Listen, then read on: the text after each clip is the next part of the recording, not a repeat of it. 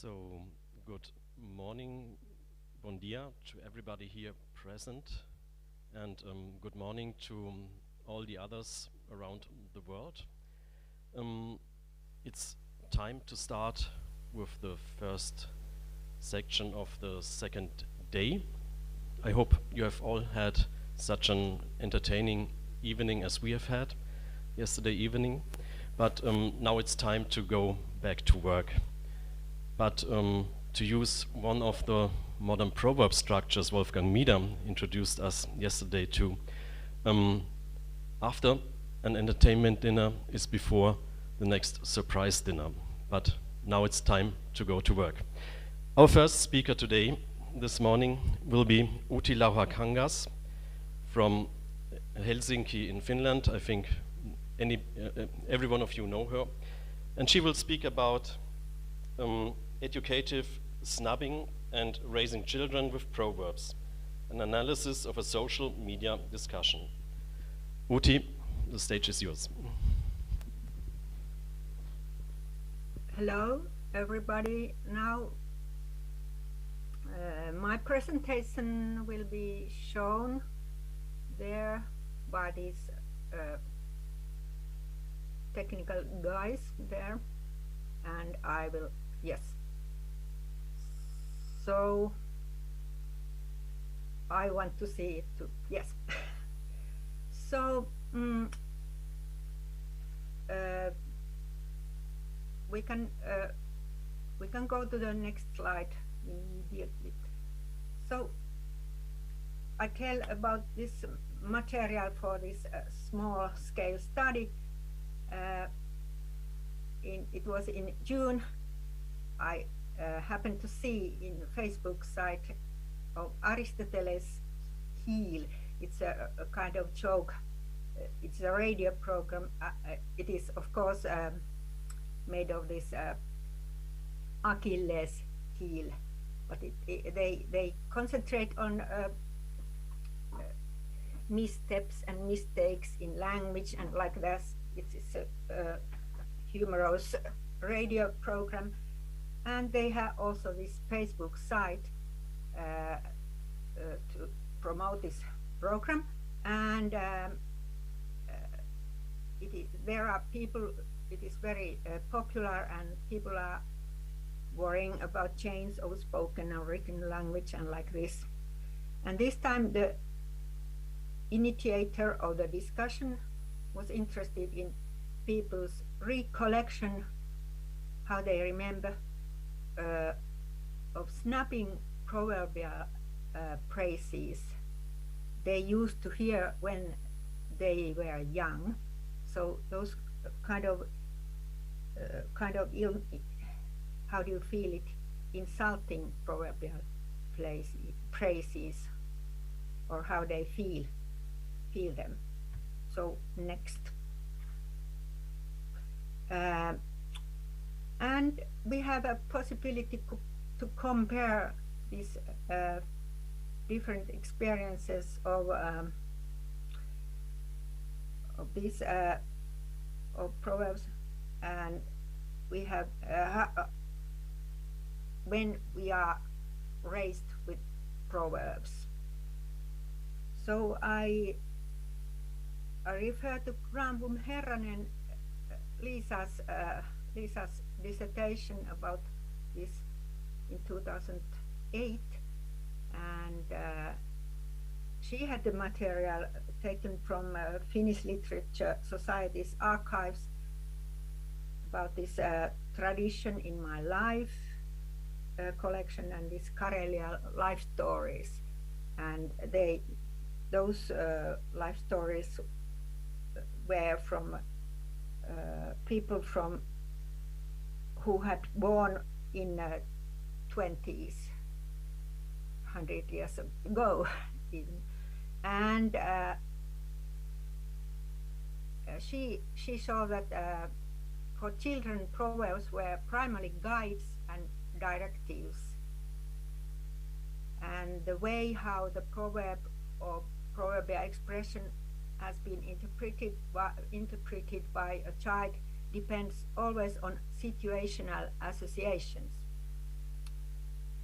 And I would now add also here this that the emotional atmosphere is crucial, because proverbs and proverbial phrases addressed to persons arouse different feelings. So the focus in my little study is on how repeated utterances might have been understood, accepted, and adopted by children. So next. So I take one of Granbloom Herren's examples. So it's and in my own way I interpret it. It is shown how proverbs could be visualized by action. It's a good example of it. So it was told that if a child seemed to be proud of his or her performance, she was told, "Oma kehu haisee," in Finnish. One's own praise stinks. And at the same time, the speaker pretends to go and open windows even. So if you are a child, I think really remember this, that when you try to be proud of your performance, then remember this proverb. So for children, proverbs belong to the speech of their family and or their closest community. The images of action are surely impressive. So can you change my face away of this, because I read here. No, anyway, child is able to recognize the nuances, how, when, and to whom the expression is addressed, although, which also Granbloom Herren says that she is not able to catch its metaphorical meaning, but I see that of course during repeated situations, same kind of repeated situations, the child can kind of learn the meaning, this kind of meaning of this. So next slide.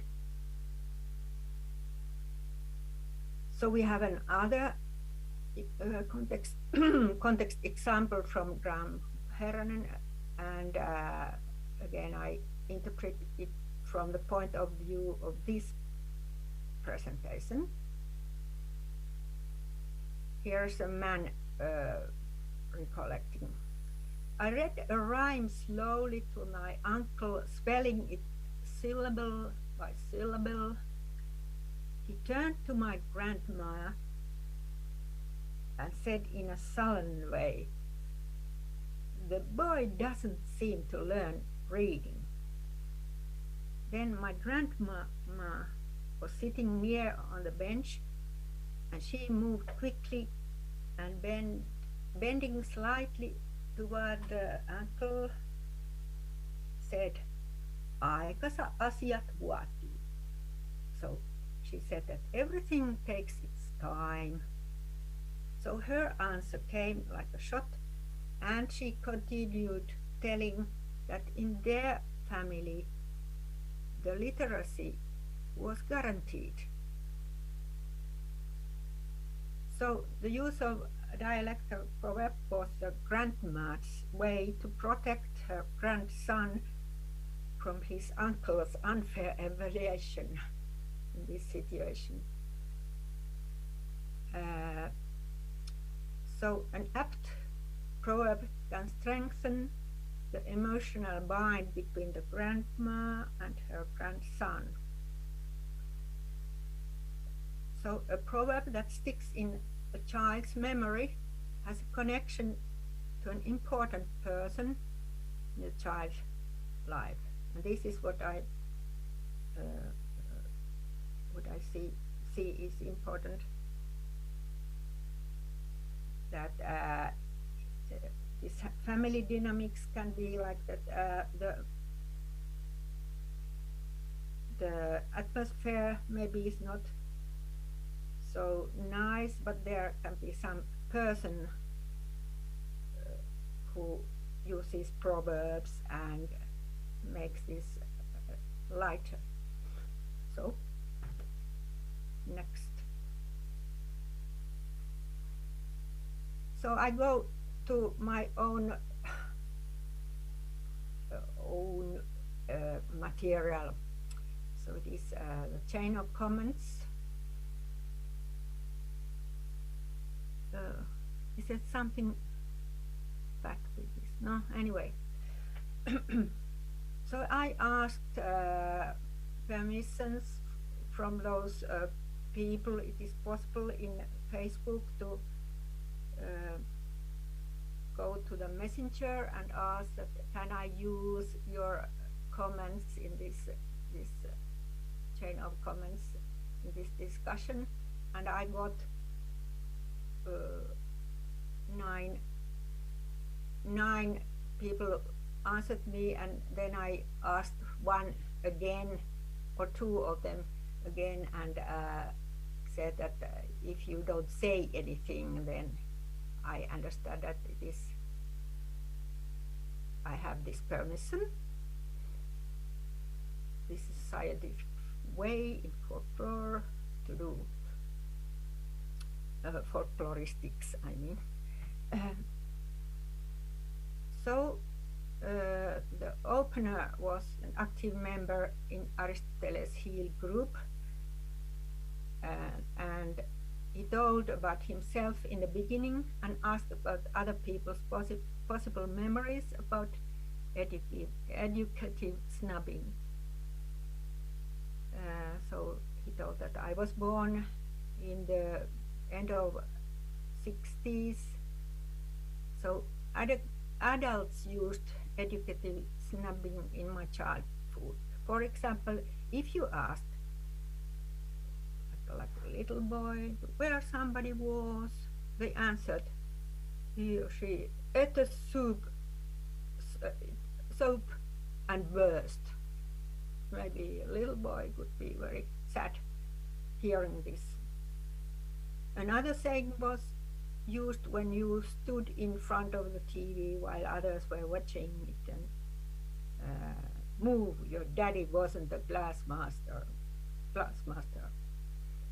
If you asked an adult about a thing she was holding, you could get quite a rude answer. It's a plague to a questioner's earth. And I well remember saying, you have north wind, maybe when you say that the porridge is very hot and I can't eat it. You have north wind under your snout, which meant that your dish will cool if you blow on it.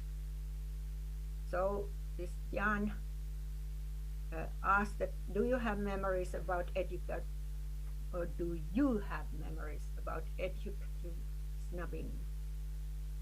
So next.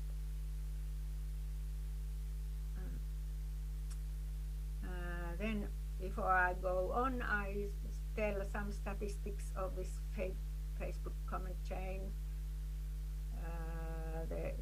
The most comments came in 4 hours from the beginning. After 2 weeks there were over 650 comments, and you know we are a small country, so it is quite well done, and the opening lines got a few hundred likes. So those who don't know this like system, I would say that it is a little virtual button like this you have seen, and to show a positive attitude in Facebook.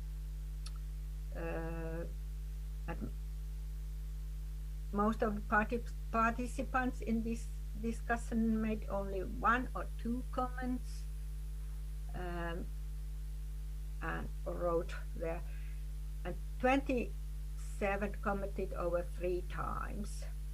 4 of them they were men.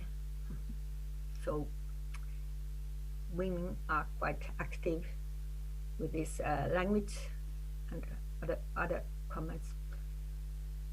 And I noticed that an initiator of the discussion wanted to keep the chairmanship by commenting positively 13 times to others' input. Can we go next? The first commentator was also a man, and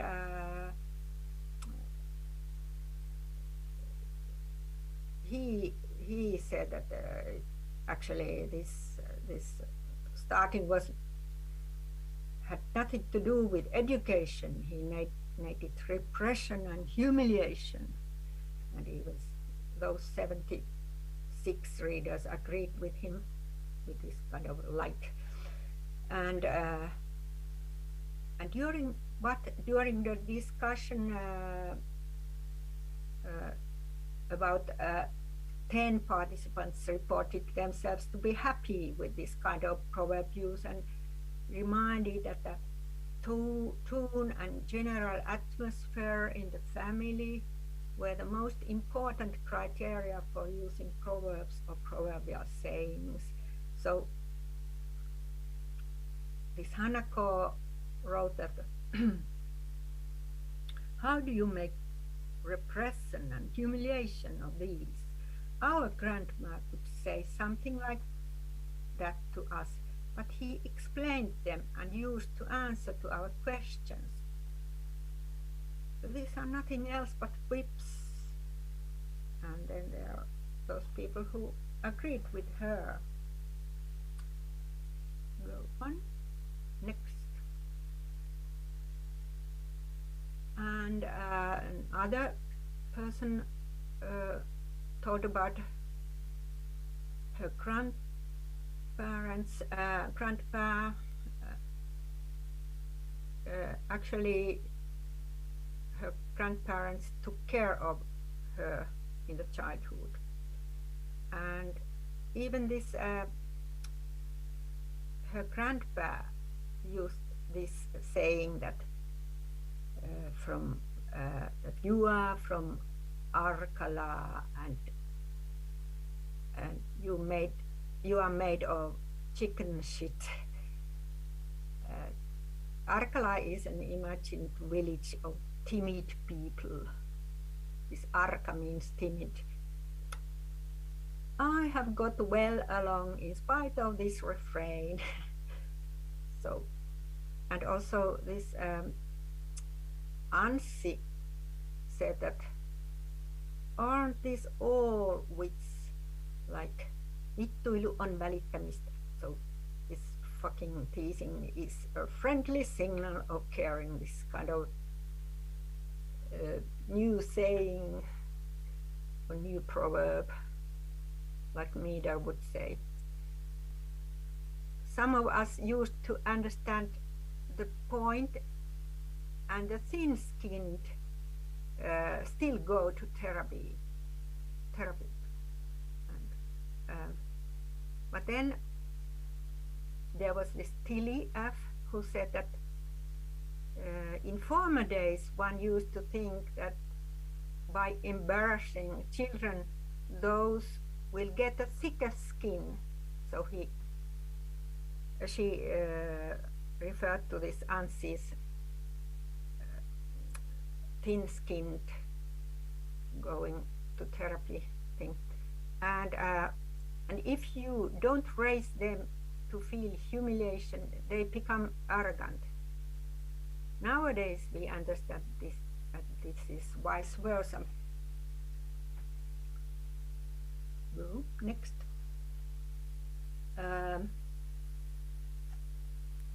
Then about this nubbing, this Johanna, a man,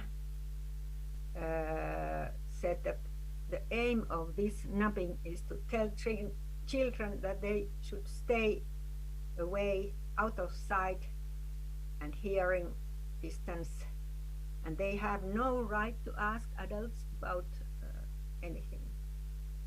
So it is just cruel raising culture, a way to make child invisible.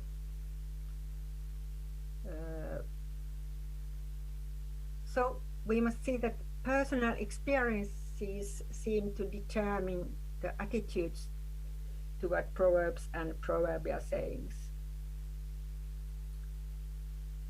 There are many positive memories, and like this Nina O's grandmother could say that when children's quarrel went too far, this grandma said that the quarrel in half and butter in between, and if not butter, then myself.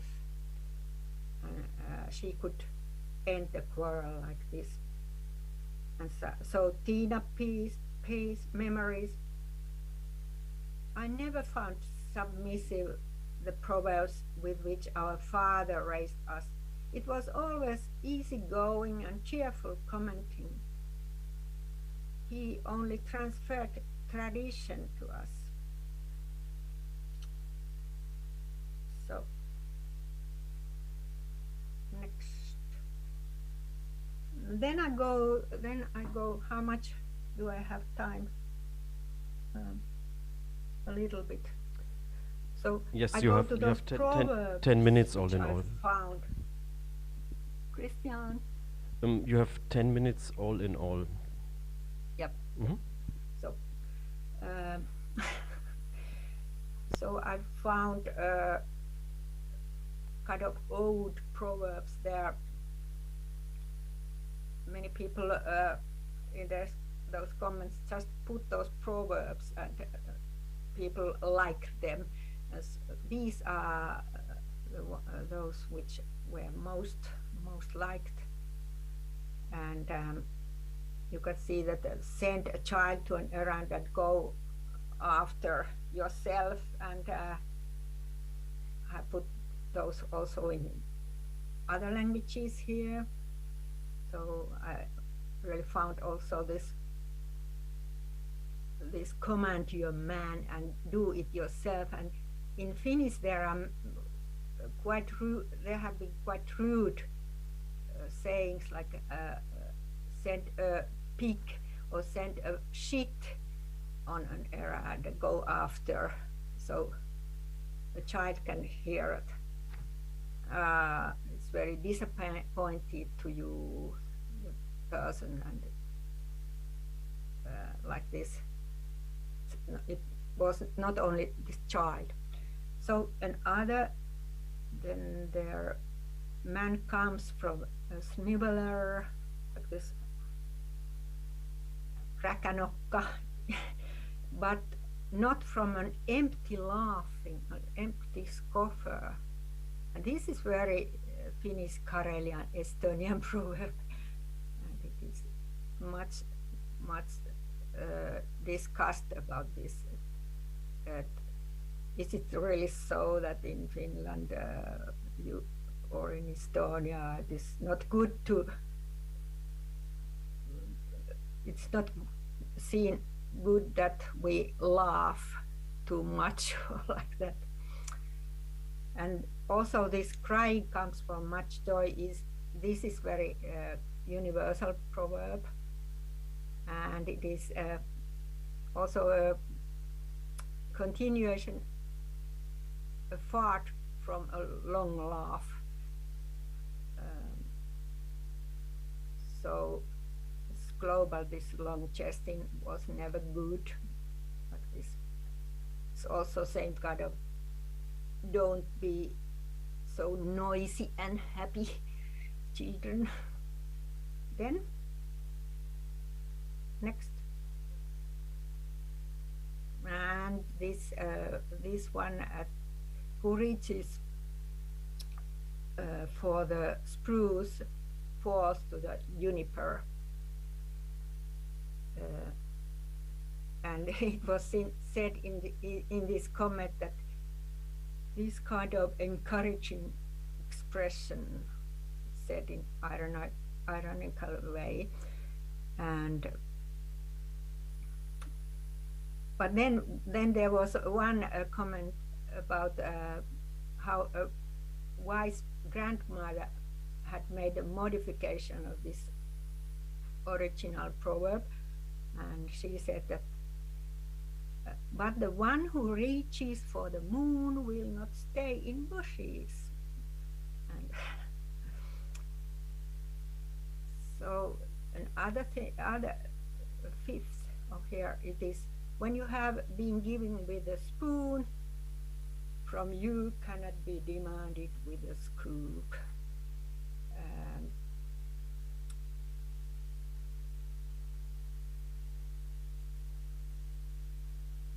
Its origins from even Bible, but it has been modified like this. And then about this, how you must be industrious and not a lazy person. The sluggard gets hot when eating and gets a chill when working.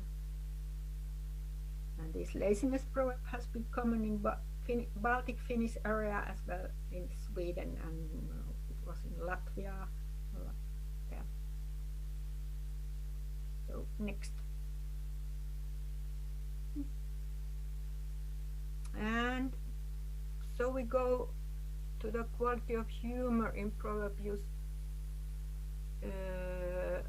I hope Piret is here because she has written much about humor in proverb use or in proverbia humor and like that. But I picked two of these comments which discussed about this humor. Ulla writes that there has been mental violence under the guise of humor. It's like that, don't you understand humor, and it's just a joke. Repeatedly, there were those lines which were said repeatedly. What is this? Pedagogue in those days did not know anything, know any emotional intelligence and sensitive education. So humor was used like that. And the attitude has been that without learning by this joking, there would become only softies, persons who are thin-skinned. And then Kari told that when you stumbled and got hurt as a little boy, your father asked, "What did you find?" And when you were worried if your beard will ever grow when you are a young man, growing man, this father would say, "Never know if there will grow scales or feathers."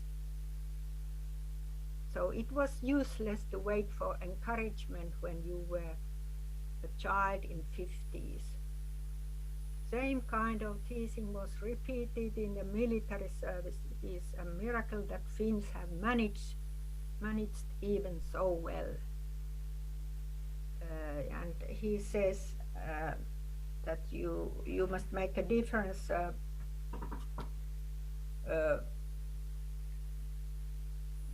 with this kind of if you smooth everything for a child, which is not so good, and to give this realistic image of a world. So, next. We should slowly come to an end, Uti. We should slowly... How many minutes? 3 minutes. Is it okay? 3 minutes? So I say that there are... Oops.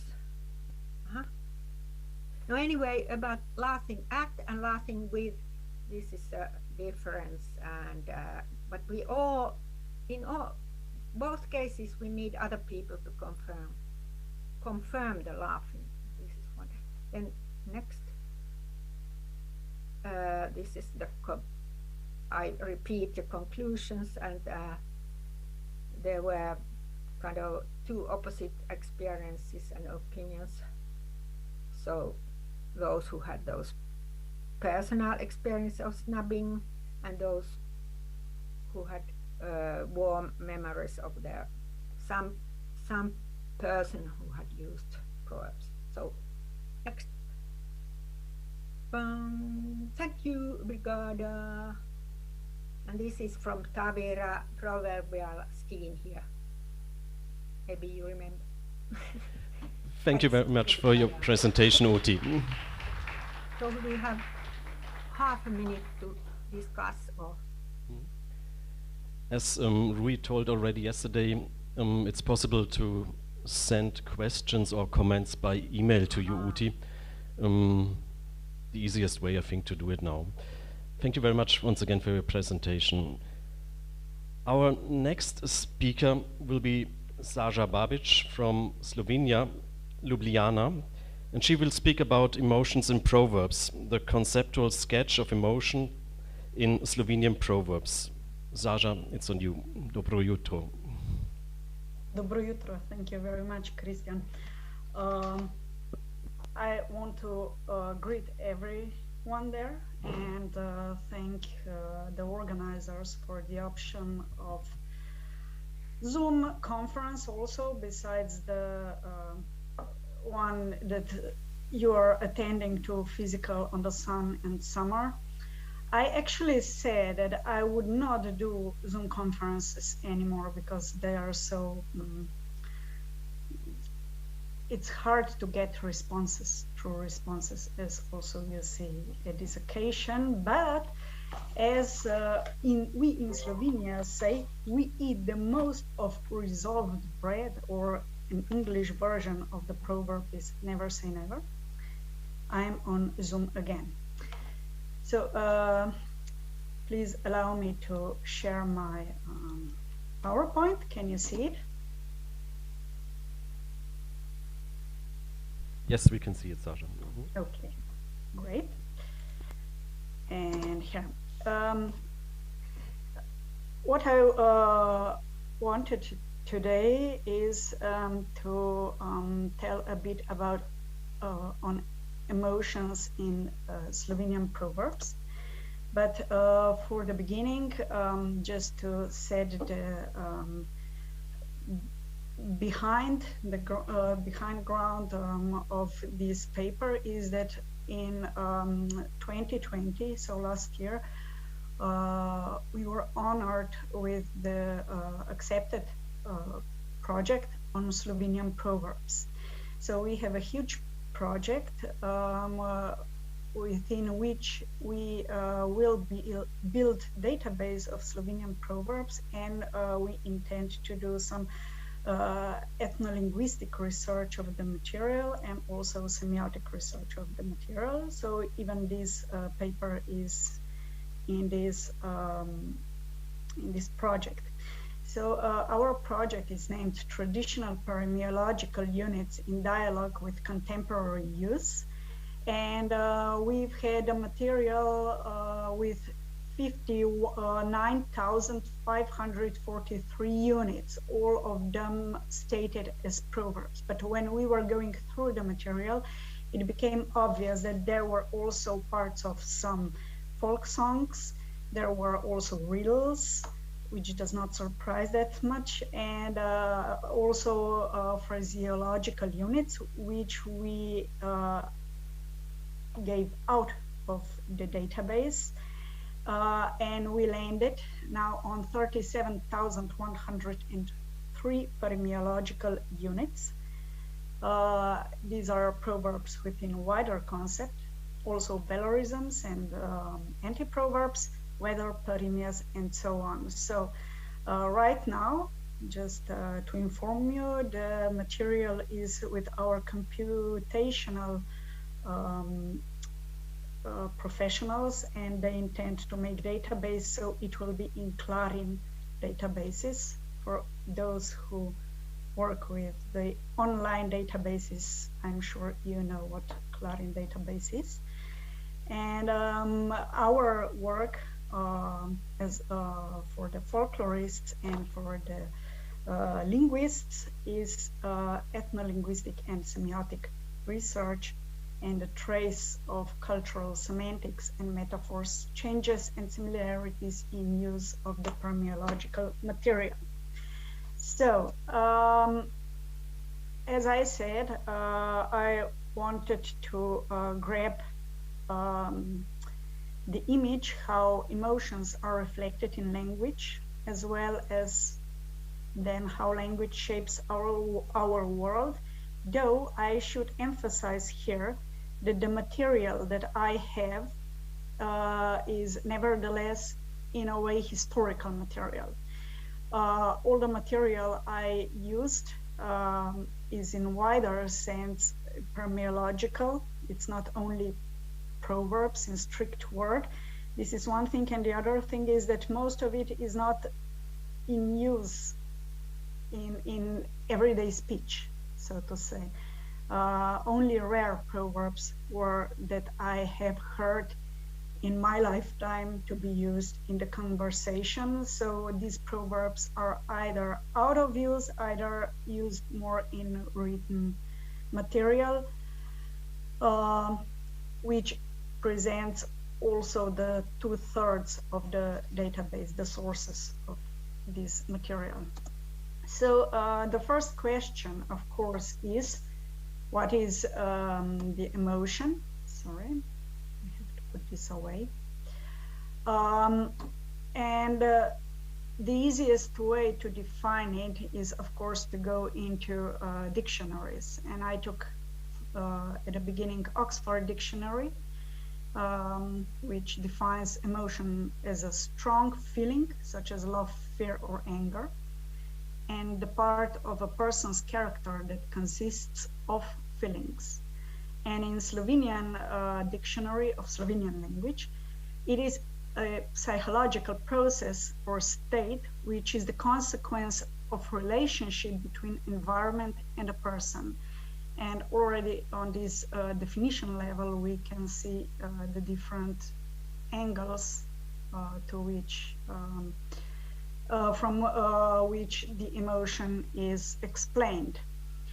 The second step I took was, though, to go into etymological part of the expression emotion, which also showed quite interesting image of the word, because in Proto-Slavic, in Slavic languages, it goes from Proto-Slavic and it goes out of the expression, as you see these, the bolded ones, to watch out, to be awake, to perceive. And then if we go into emotion, an English expression, and it derives from French and even further from Latin, expression to move out, remove, agitate, to push away. And if we go to feeling as an emotion, to touch, to feel, shake, strike softly is the origin of the expression. So we can prove actually in a way from the etymological part, the Freudian statement that emotions are placed in ego because they are something that we'll actually feel, we actually perceive in many ways, also physically, and we want to remove it to show it out, as we see in emotion. And emotions also touch us or even shake us, you know. So although the emotions are felt, as we see from also from etymological expressions, are felt by person directly, we can reach them only indirectly through descriptions or some other phenomena which expresses or mirrors them. Anyhow, the emotions that I was trying to get out of the database, or I was searching the Proverbs with expressions for emotions, is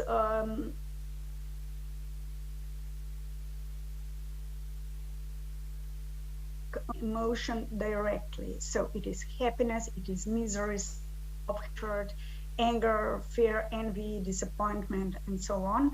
I did not take the proverbs that use signs of the emotion, so laughter or tears. These were excluded. Why? Because many of these expressions as tears or laughter are used in totally different contexts, and we cannot reach the environment, the worldview of the emotion itself. So one example is Slovenian proverb, one cannot believe two women's cry or cats' tears. So we have here cry and tears, and it is something that is an expression of sadness.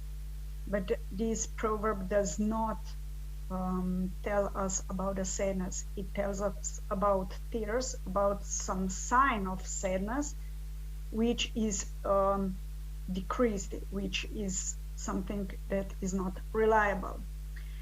The thing that I have noticed also is that although Bietkowska Kopczyk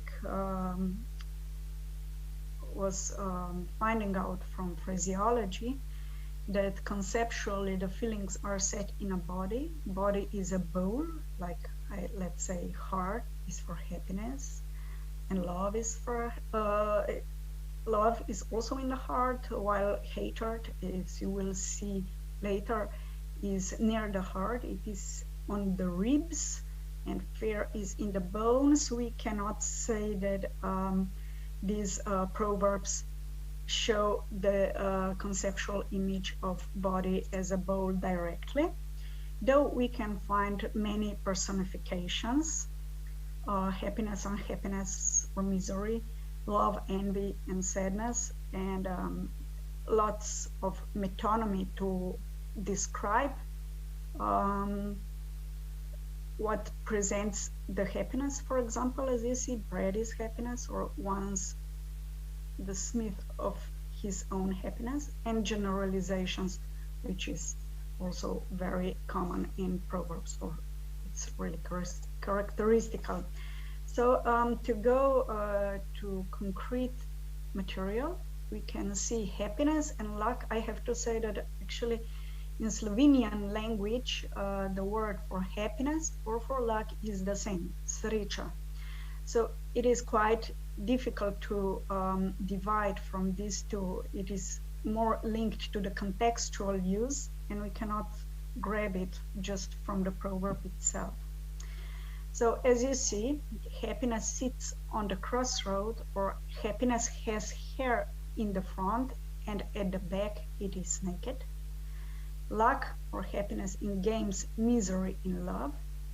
Once the smith of his own happiness, the one who is laughing to another's happiness is soon having tears on his own. Happiness gives hand to unhappiness. Bread is happiness, so bread is here metonymy for food. Happy is the one who has brain or his wisdom at home, so in his head, and there where is no love, there is no happiness. If we go to the unhappiness as the opposite, unhappiness is never conquered, unhappiness never sleeps, misery never plucks or sieves, but it always reaps. Misery never comes alone, misery makes one wise, one meets friend in misery, and there is no misery without happiness or luck. So from these units we can see that actually happiness and unhappiness or misery, it is one coin with two sides, and the concept is proven with the units. Sadness is the one that breaks bones, it melts hearts, but not melts hearts on the way that it is used in English language. It actually, the proper translation would be sadness breaks hearts, but I wanted these proverbs to be translated literally so you can see the conceptual behind the background of ethno-linguistic research. So sadness seeks for loneliness. Sadness is a poisonous plague. We can see not only COVID, also sadness. The cure for sadness and worries is in the bottle. So the bottle here is metonymy for alcohol. One cannot go to the ground because of sadness, as well as not to the heaven because of happiness. Fear is another emotion that I was looking for, and I can here attach a bit also on the concept of fear in incantations or charms, because I was just researching also this part. And I can tell you that from ethno-linguistic side, fear is actually like a spell, something that grabs us and doesn't leave us, and we have to anguish it away from our body, because it is really like a disease. So if we see the fear in Proverbs, fear is hollow and there is nothing around it. It is actually meant for children if they scare of something, and then we tell them, oh, don't worry, fear is just hollow and there is nothing around it.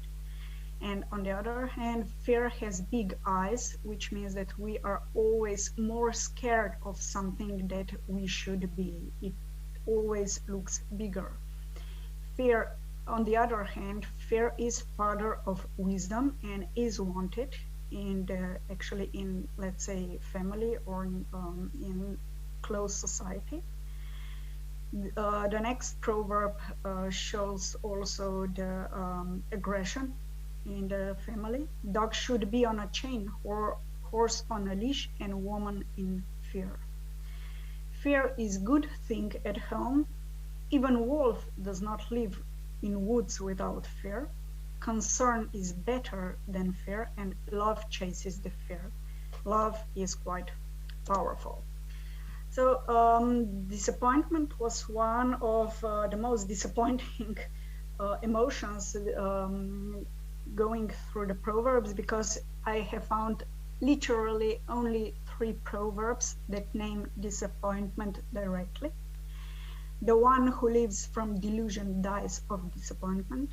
Hope disappoints more times than the lunatic. Do not expect anything from people and you won't be disappointed. Hatred, as I already told you, keeps on reaps for a long time. And only death buries all the hatred. From love to hatred is a short path, so they're really close, and it's not surprising because hatred is on the ribs and love is in the heart. And there is fear in hatred. Better to have a bowl of cabbage in love than a fat ox in hatred. The more the one is prominent, the more haters the one has. The one who hates animals animals is not a good person. This, the last unit, is actually quite often in Slovenian language nowadays. And anger hurts the beauty, so it's something I would say the worst of the anger is that it hurts the beauty. Anger is bad advisor. Where the anger is the Lord in the house, nothing is repaired, all is broken. When the pot breaks, the anger cools down. So, oh, and then we have love, of course, which excuses everything. Love walks on weird paths. Love makes wonders. Love conquers all, except hatred, as we saw. Long love, certain waiting. Love is deaf and blind. Love is eternal while it lasts. Poorness and love are hard to hide. Love is illness. There is no cure for love, not even a bottle. One cannot depend on love and the weather, so it is not reliable. And the last emotion that I took from the material is envy. The other's envy is dressing for one's own happiness. If envy would burn, we would not need firewood. This one is also heard in Slovenian language nowadays. Envy has sharp eyes. Envy is pain of fools. Envy did not make anyone richer. So just to grab together all the concepts is, maybe I can escape showing here. So we can say that happiness and unhappiness are two sides of one coin. Happiness can turn around while unhappiness or misery stays. It cannot go away. Love is the disease as well. Sadness is disease. We have healing for sadness. It is the bottle or the alcohol. And for love, there is no disease. Fear in general in the Proverbs in Slovenian society is supposed to be something good. And anger makes one's outside, one's face ugly. Disappointment and hatred are together somehow, as I already said, near the heart where love is put it, hatred is sitting on the ribs. That's why love and hatred are not far from each other, or vice versa. We tell this in the language. Love conquers all, as we know also the proverbial expression, besides the hatred. The hatred can be buried only with death. So thank you very much. I believe I have used my time. Thank you very much, Saja. Hvala lepa. Yes, thank you very much for your interesting presentation about the emotional side of the proverbs of your language. I think every one of us has found one or the other examples which he also knows from his own language, of course. We would have some time to ask questions. I don't know if it's possible to do this online, at least for those people who are online who can ask Saja some questions. We are in Zoom. I think it's possible to do that. Are there any questions from those who are online now? I cannot see it, so please open your microphone yourself if you have a question to Saja.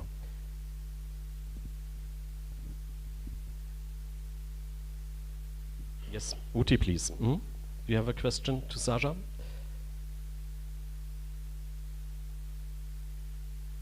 Open your microphone. Your microphone is switched off, I think.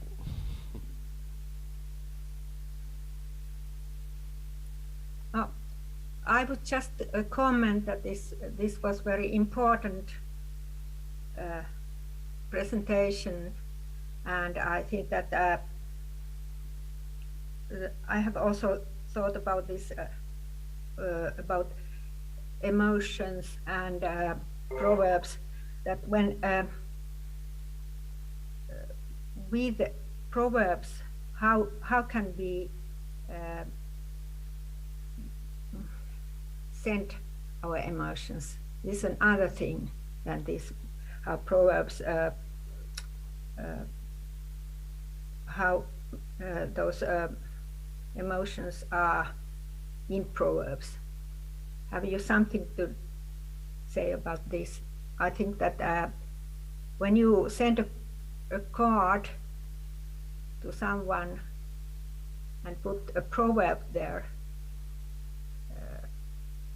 is it the same kind of emotion there when you send a card and put your own thoughts there? Yeah, well, what I didn't tell, it was on one of the first slides, is that first slides is that actually proverbs as such are in a way emotional speech. It's not something that is out of emotions. It's not objective use of the language. It is just metaphorical in one way or another. And I think that it is so much linked to the context the proverb is used. As already you have shown in your paper, which was really good, and it reminded me of the two proverbs that my grandma used when talking to me. And it was also linked with work. The two proverbs were life is not a festival, or potica. Potica is a cake, traditional cake. So life is not good, it's not enjoyable, is the meaning. And the other is one cannot put on a shoe without trying, something like that. So I don't like these two proverbs, not at all, because they were linked to work all the time, and some or other work. So I think that even the proverbs are so much linked to the context in which they are used, that maybe on a postcard, if I write some nice proverb, and you know me, and you will get this card, you will be really honored and happy, and it would be just the same as I would write you some my own good thoughts.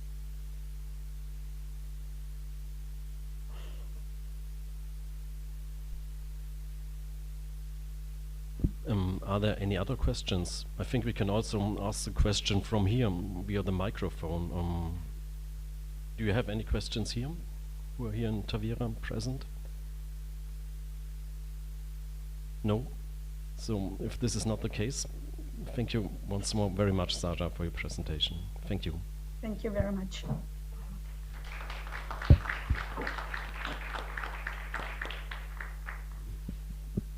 And our next speaker will now be Piret Vorlit from Estonia, from the Estonian Literary Museum, and she's present here in Tavira. And she will speak about first is greater than hunger, a socio-cultural view of Estonian proverbs on alcohol and drinking.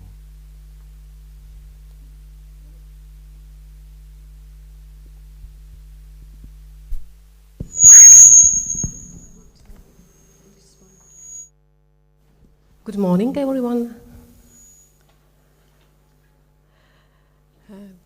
Thank you, Christian, for introducing me. And first of all, I would like to thank the organizers for such kind double-layer conference that we can also be face-to-face. Because in these difficult times, it is indeed being physically here in Tavira, it is like a dream, I would say.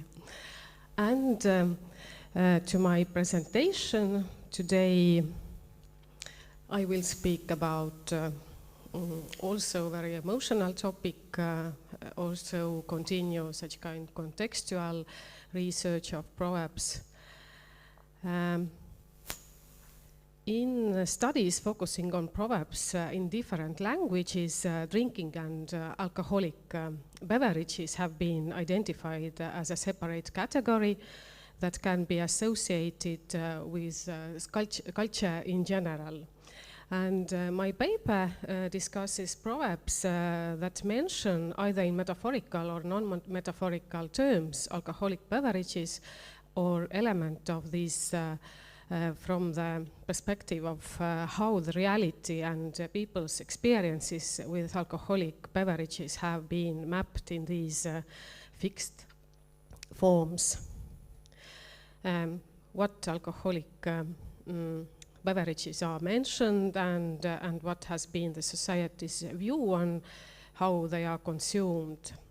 And here it is worth noting that the number of Estonian proverbs on alcohol and consuming alcohol is truly significant, exceeding 300 in various associations of usage or different proverb types.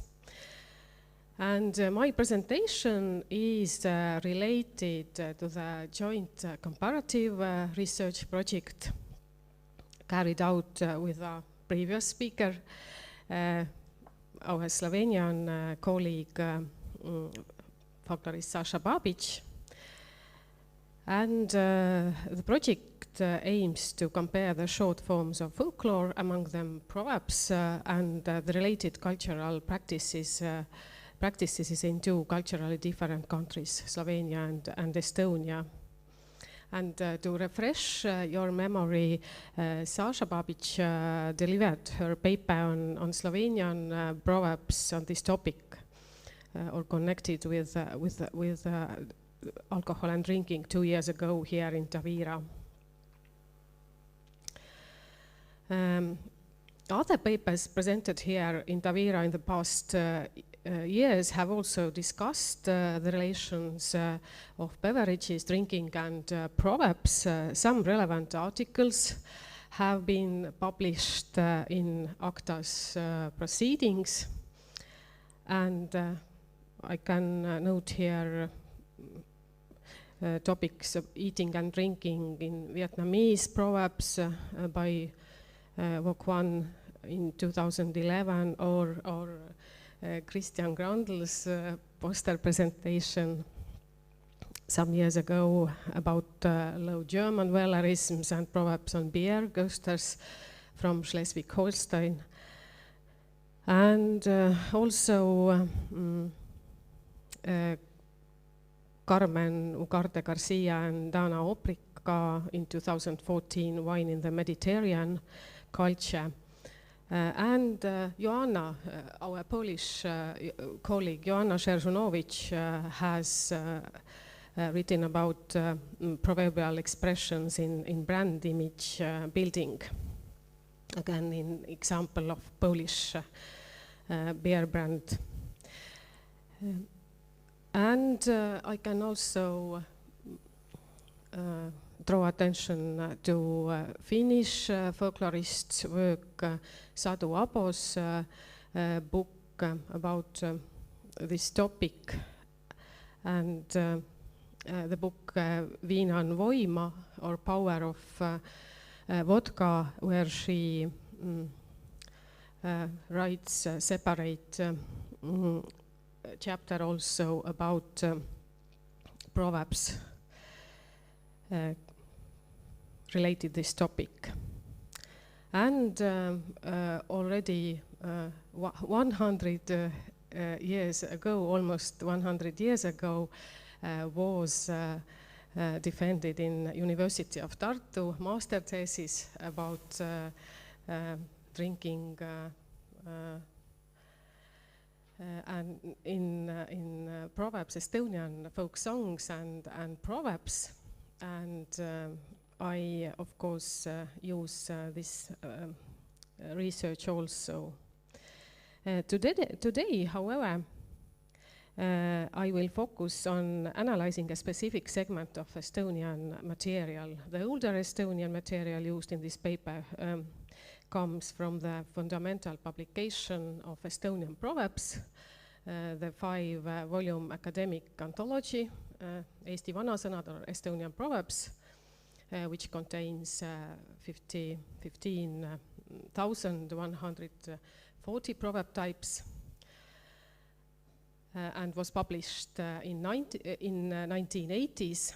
And the anthology contains proverbs collected over a lengthy period spanning from the late 19th century, when the collecting of folklore started in Estonia, the second half of 19th century, to the year 1961.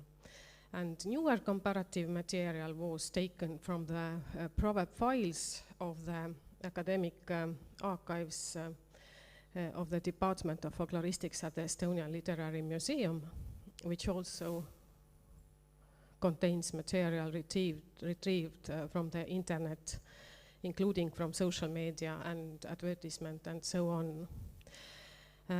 According to Arvo Krikman,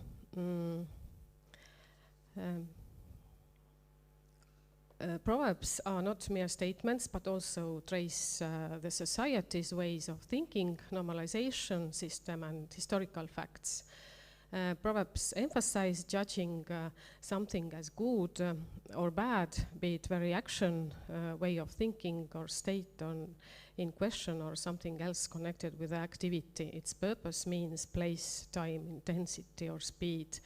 In terms of contextual background information, it is important to note that studies about alcohol consumption carried out in Estonia over the last 10 years have shown that, among other things, drinking may be regarded as an expression of national identity, and as a result, a potent justification for a particular drinking style.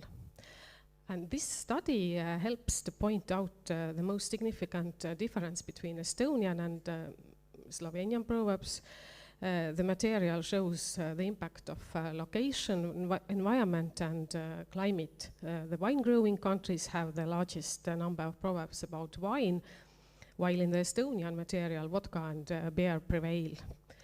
And in Estonia, we can speak of a vodka belt, and unlike wine countries where the wine is known as the drink of gods, vodka has been known as a devilish or satanic drink.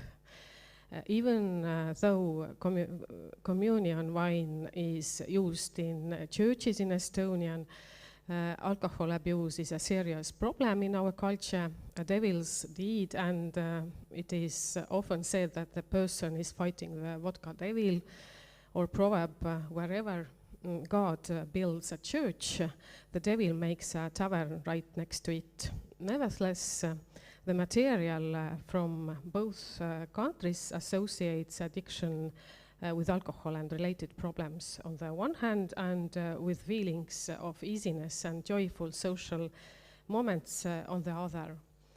In terms of the cultural context, sociological studies carried out in Estonia in recent years on the reasons for alcohol consumption from the perspective of consumers, or it means what people themselves name as the reason, are a good example here. For example, the primary reason for drinking is to escape the judgments of other people. Alcohol has been assigned an important role in alleviating perceived deficits in national identity and pain. And the responses of adults revealed, for example, an ethnic stereotype about Estonian also. And for example, the result of the interviews carried out with men in the framework of the survey indicate that they are worried about how people judge them. Men feel that the typical perception of being an Estonian man does not allow them to be open enough to communicate or to express themselves.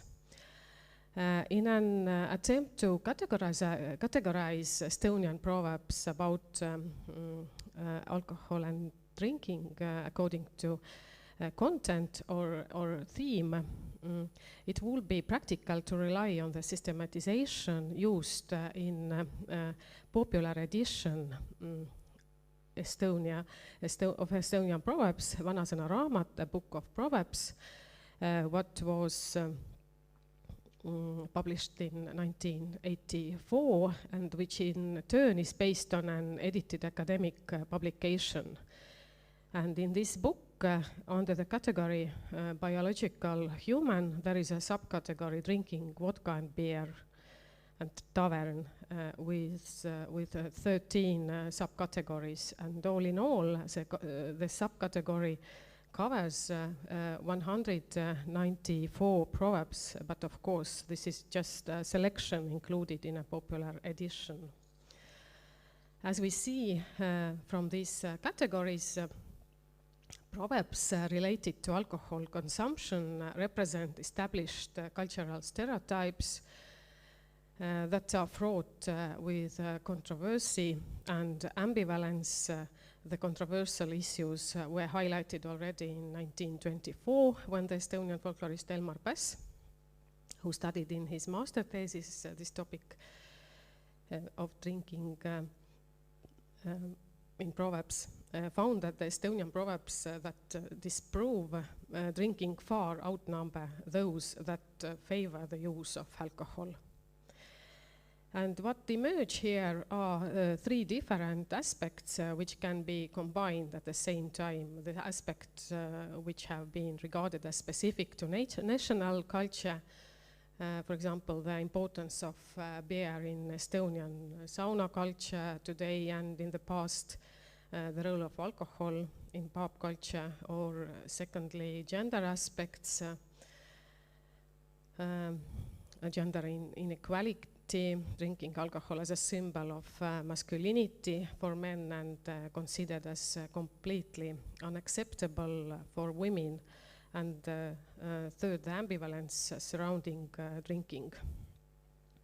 And the aspects which have been regarded as specific to the national culture in keeping with the Nordic drinking culture when speaking about alcohol, Estonian proverbs mention mainly vodka and beer. Of non-alcoholic beverages, kvass is an important one. And vodka as a most important alcoholic drink is presented in 63 proverb types. You can see the most popular, for example, this: if it's not a lethal illness, vodka will cure you. And also vice versa, more people drown in a vodka glass than in the sea.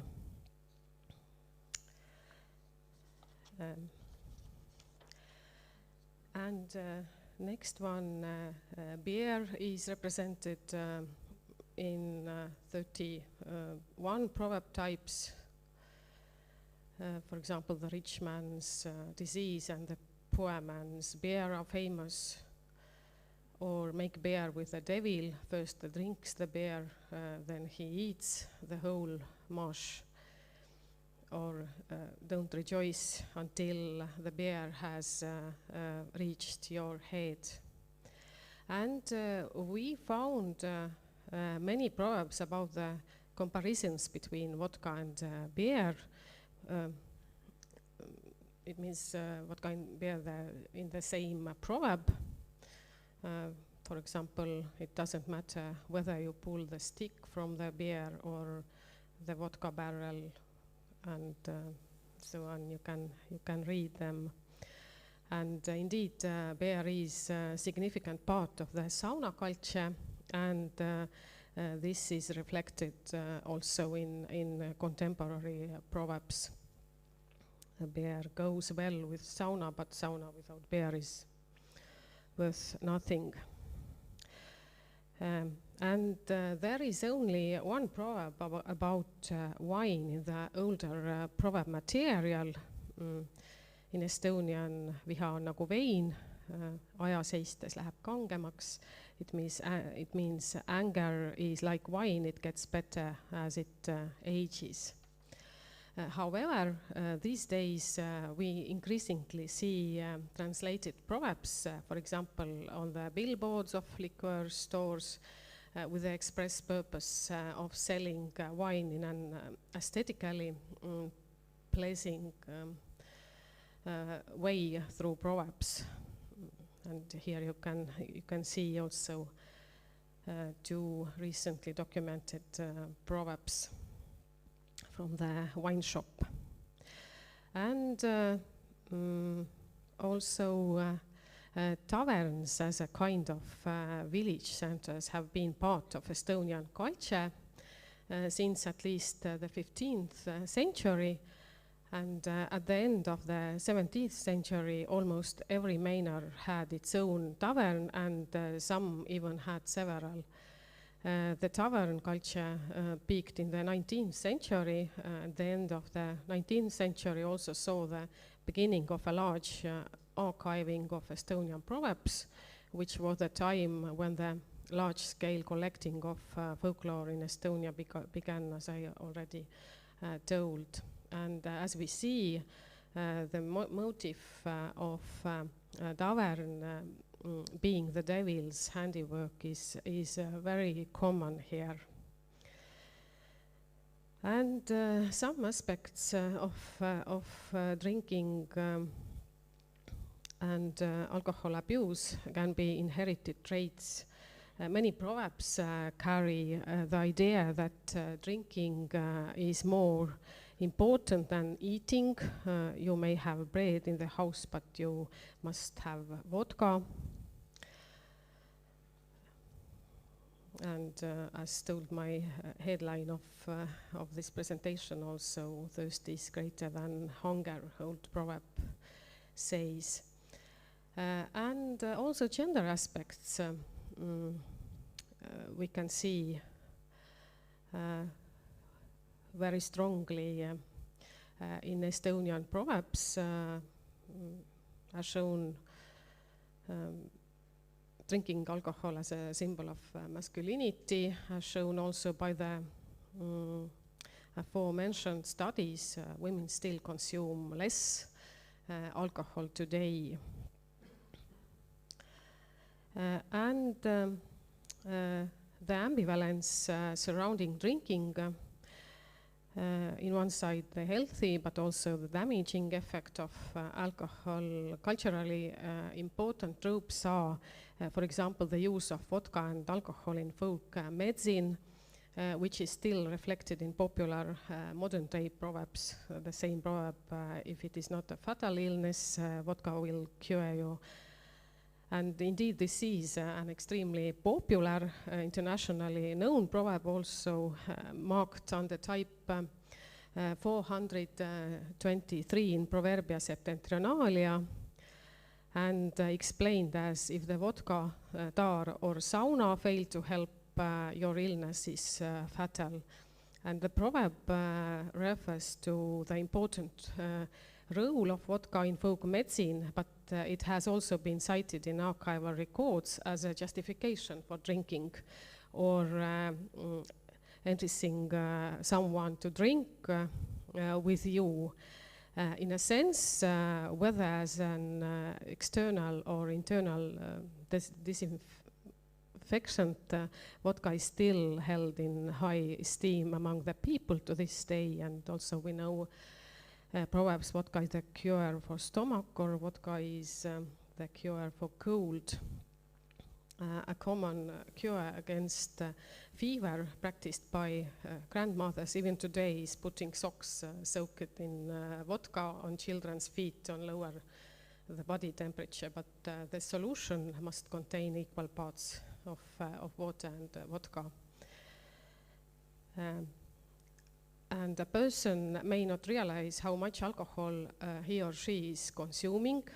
In the Proverbs, moderate does not imply quantity, and beer does not necessarily imply alcohol. On the other hand, alcohol consumption is a serious addiction. problem in Estonia. One proverb may proclaim the positively healing power of strong alcohol, but then there are proverbs that warn against overdosing, such as one is a danger, another is a poison, the third and fourth will be the death of you, or drink vodka while it is bitter and stop when it gets sweet, or take a shot of vodka and be mindful of the amount.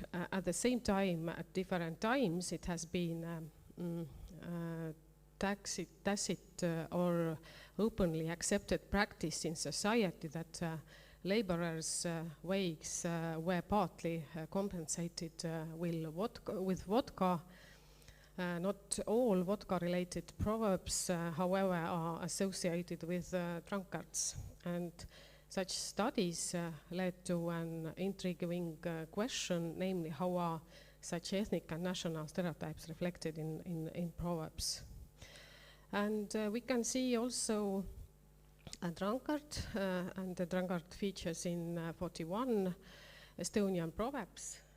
And the most productive proverbs are those that consider him privileged, fate favors a drunkard, or God protects a drunkard.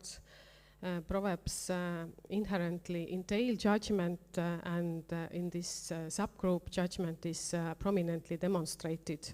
Almost half of the proverbs related to drinking tend to convey a positive message. And at the same time, drunkards are perceived negatively by their peers. Drunkards are addicts who need to be kept away from, who are in debt, who are dangerous to those around them, and so on. And modern media and journalists play a major role in the creation and spread of modern proverbs, creating new versions of old ones to suit their needs. In an example of modern journalists' use of proverbs, an editorial in a daily newspaper uses the proverb as an irony to criticize people's attitudes to pension saving. Similarly, the combination of proverbs and alcohol is common in popular humor, for example, in internet memes. And it's time to conclude my presentation. All aspects of alcohol and drinking have historically been and continue to be present in the Estonian society, and this is also reflected in the abundant proverb material. Proverbs have come to include sayings about various alcoholic beverages, and while the earlier material mainly contained mentions of vodka and beer in today's open global world, also wine is included, although wine-related sayings are translated material. Interestingly, wine merchants often advertise their products using proverbs. Depending on the perspective, the proverb material is highly controversial. As a separate theme, the sayings about a drunk person or a drunkard stand out, which place the drunkard in a privileged position, highlighting his true nature, but also speak of him as someone exhibiting problematic behavior. His family is falling apart and suffers from poverty. There is a strong gender aspect in Proverbs.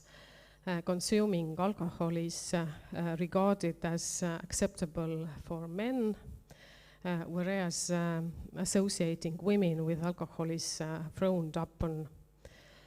The conclusions that can be drawn from the proverb material discussed in this paper are: the tavern is the abode of the devil, but it is also not.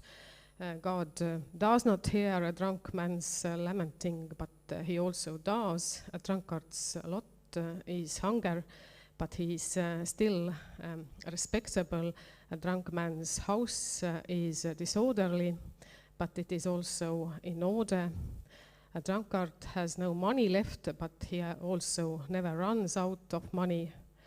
which is also absurd. Vodka makes a man poor, but at the same time enriches and thus makes him masculine.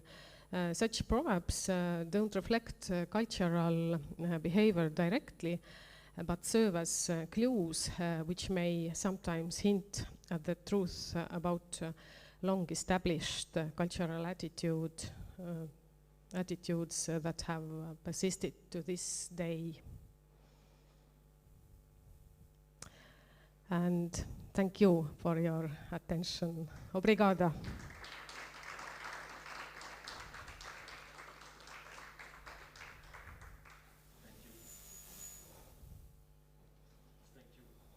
Is my micro? Thank you very. It's not on. I think it's on now. Okay. Thank you very much for your presentation, Piret. I will definitely have a look now on the German Proverbs too, after Saja and you, about this topic. Are there any questions from those who are online or from those who are here? We have some minutes left.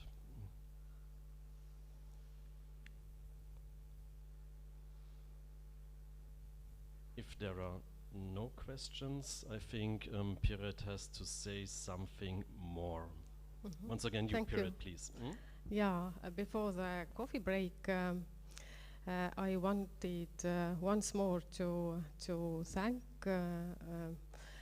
organizers, and Rui is constantly surprising us here in Tavira all the time. So we are very grateful for everything here in Tavira. And in my institution at the Estonian Literary Museum, everyone has heard about the world capital city of Proverbs, Tavira, and about this every year colloquium also. And I have a small message from Estonian Literary Museum to Rui. I will read it. It is a letter of gratitude. The Estonian Literary Museum and the Center of Excellence in Estonian Studies highly appreciate Rui Soares for this his long-term, outstanding and diligent research and creative work in fostering proverb studies, organizing proverb forums, and publishing our scientific contributions.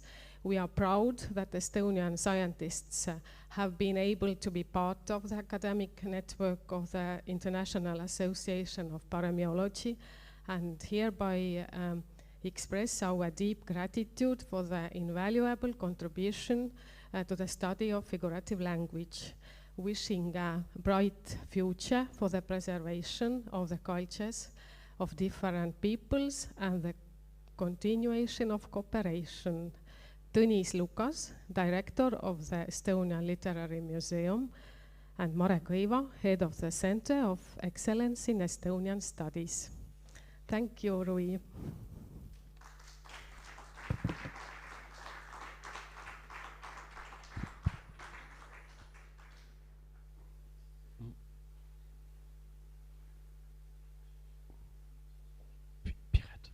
Piret, there is another question from Ljubo City. Saja, please. Yeah. Thank you very much. Hi, Piret. Thank you for your presentation. It was really good one. I liked it so much. Thank you. Yeah, I have a question and a comment, actually. And my question would be, it would refer to stereotype. Mm-hmm. Is there geographically put in Estonia where the most alcohol is drank? Statistics says that...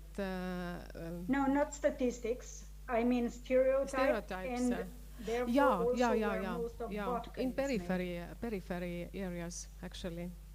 Uh-huh.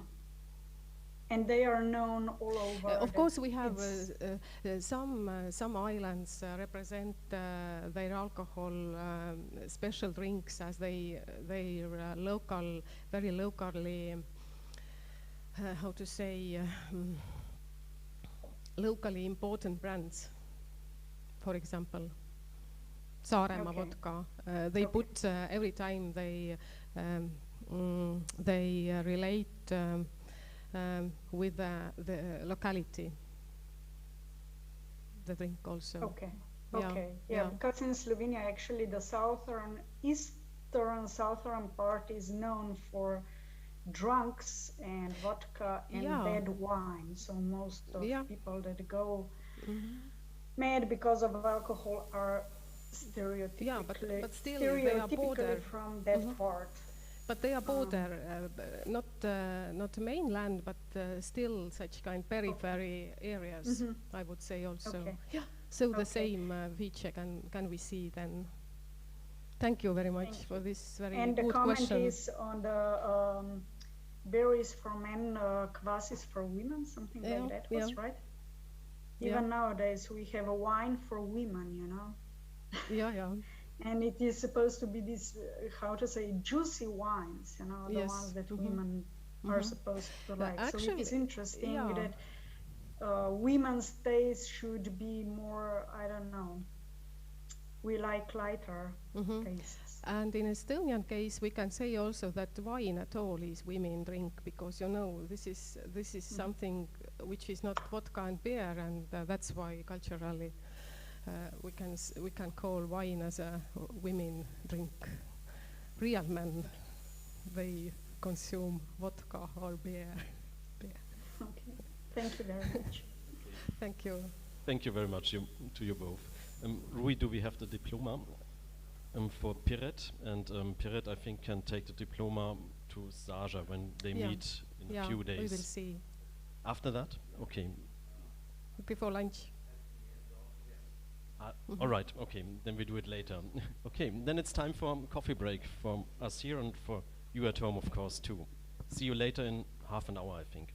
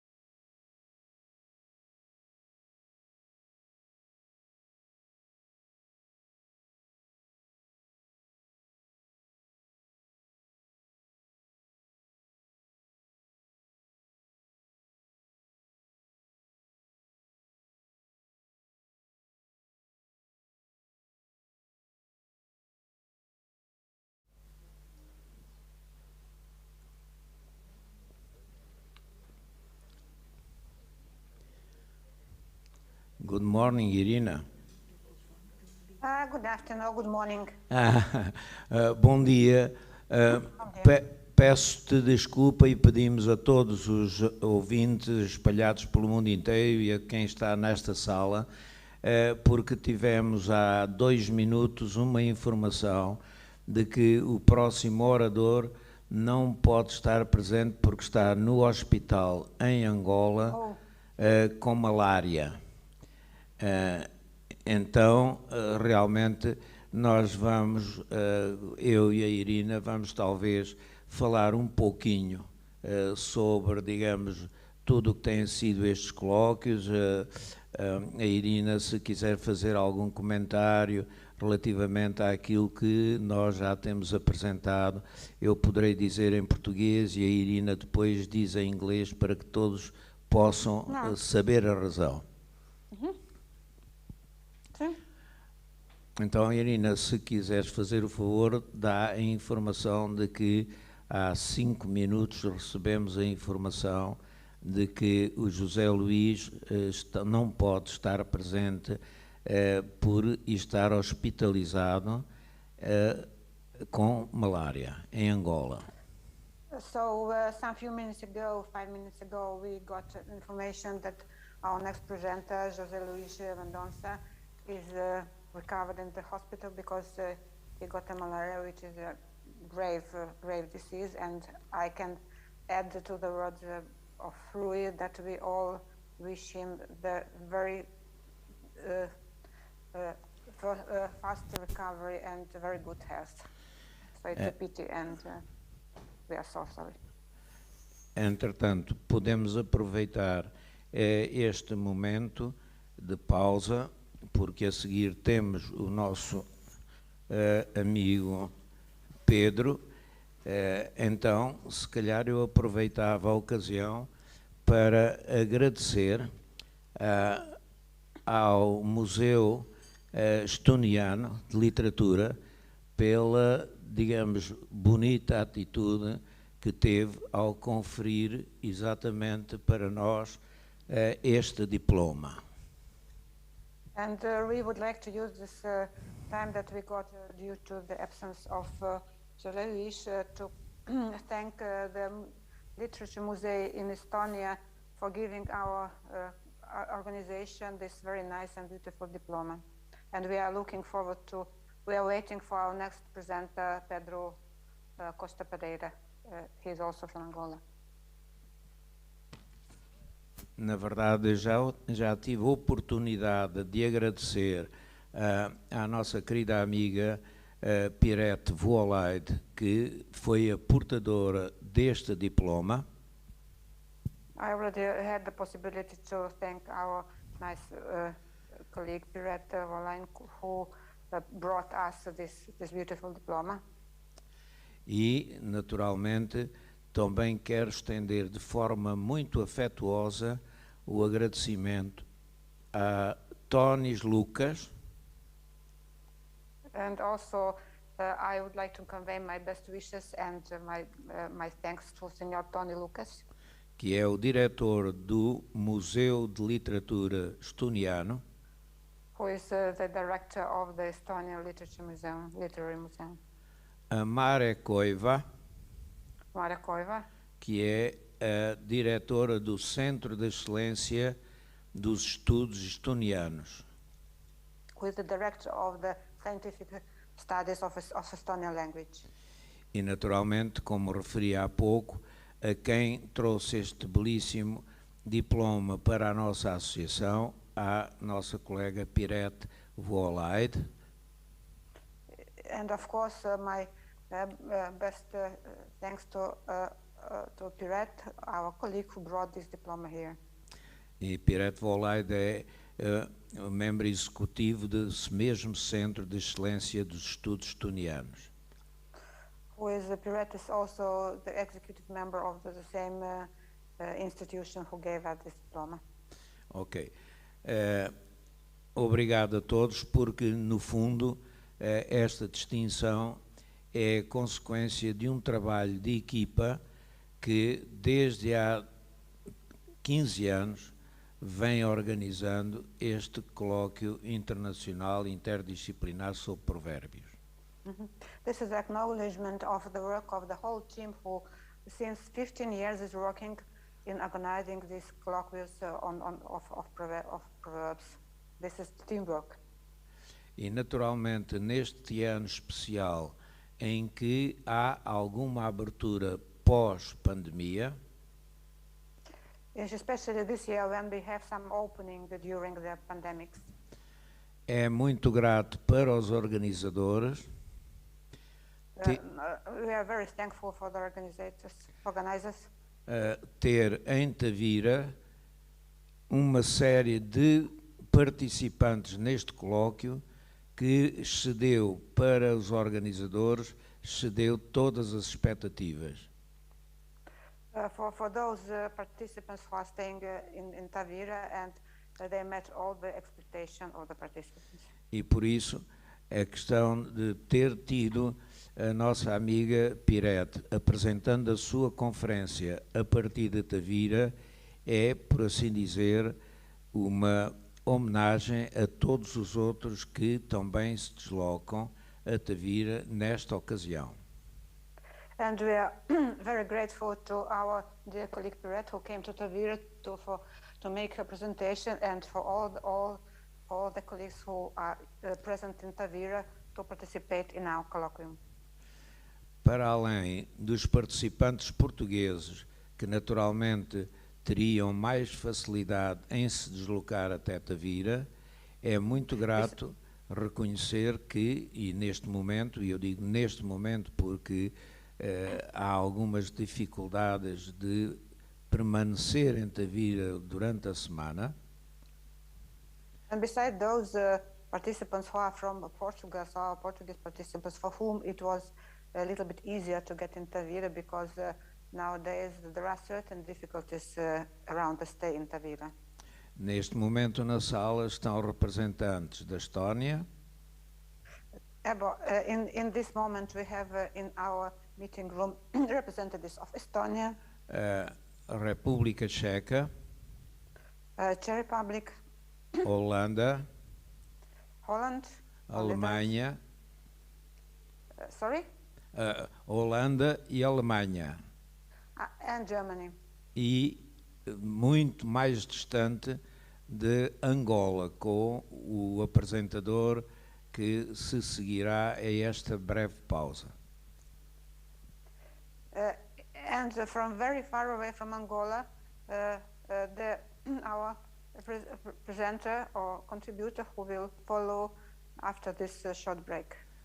Não sei se a Irina concorda, mas talvez, uma vez que estamos em contacto com todo o mundo, talvez pudéssemos aproveitar este espaço até à hora em que o nosso amigo de Angola, Pedro, irá fazer a sua apresentação.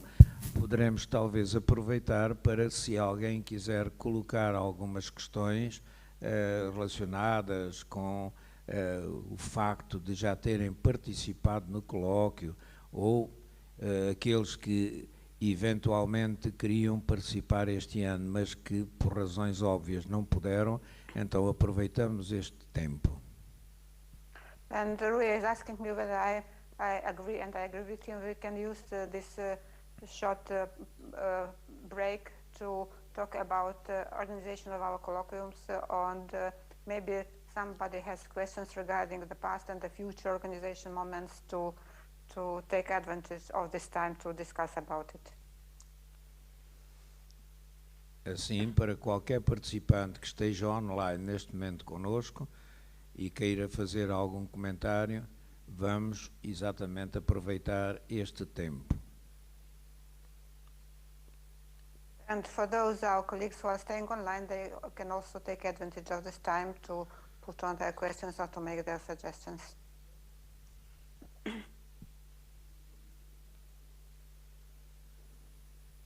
I agree with you, Rui, that it is quite difficult now to travel, and not because there is obligation of making different tests and controls, and also because the airlines do not provide the same timetable that we used to have before, and not all the vaccines are recognized all around the world, and even those persons, for example, myself, I am vaccinated with the Russian vaccine, and it is not recognized in the European Union, so I have to make additional tests, so it doesn't ease the free travel in Europe. That's why it's a great pity. And seeing the meeting room, I feel a huge nostalgia about Tavira, about staying with you, with colleagues, and I do hope that next year it will be easy and we can meet personally, not only online, which is more than nothing, seeing each other online, but it's not the same feeling.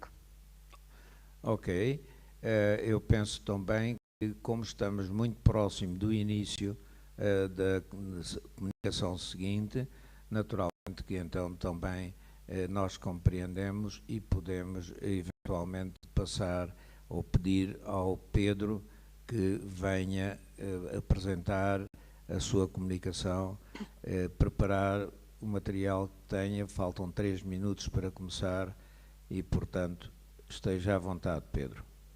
Since we are very close to the beginning of the next presentation, I am inviting our colleagues Pedro Costa Pereira to prepare his presentation and to start it maybe some 2-3 minutes earlier to start his delivering his material, his presentation.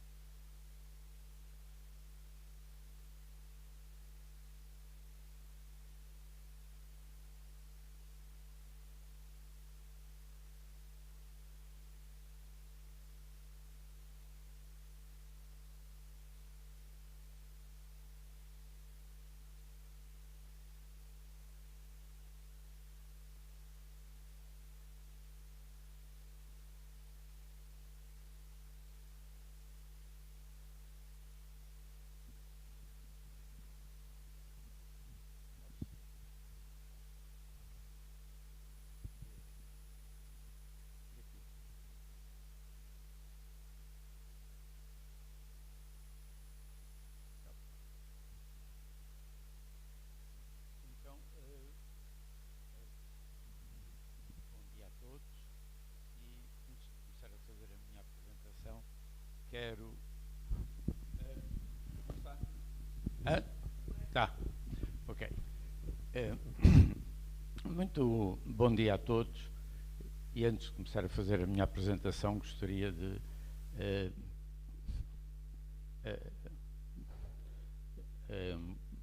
demonstrar o meu profundo apreço pela organização deste nosso evento e agradecer ao Rui e à sua equipa pelos cuidados com que tem vindo a realizar, brindando a todos nós com este instrumento muito bom para quem se dedica a estas questões de paramiologia.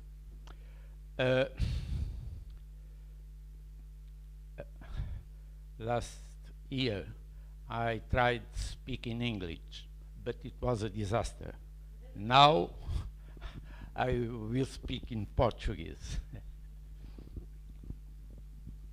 Ora bem, eu vou-vos falar da sabedoria dos provérbios, um mundo.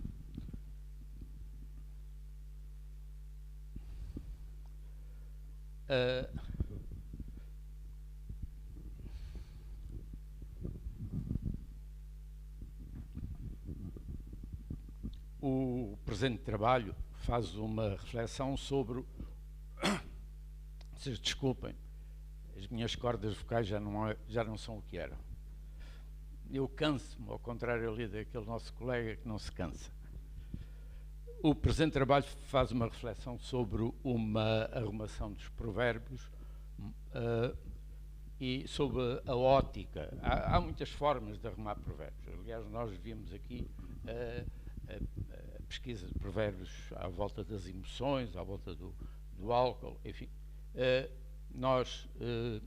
Porque o objetivo desta demonstração é pôr à disposição da comunidade paramiológica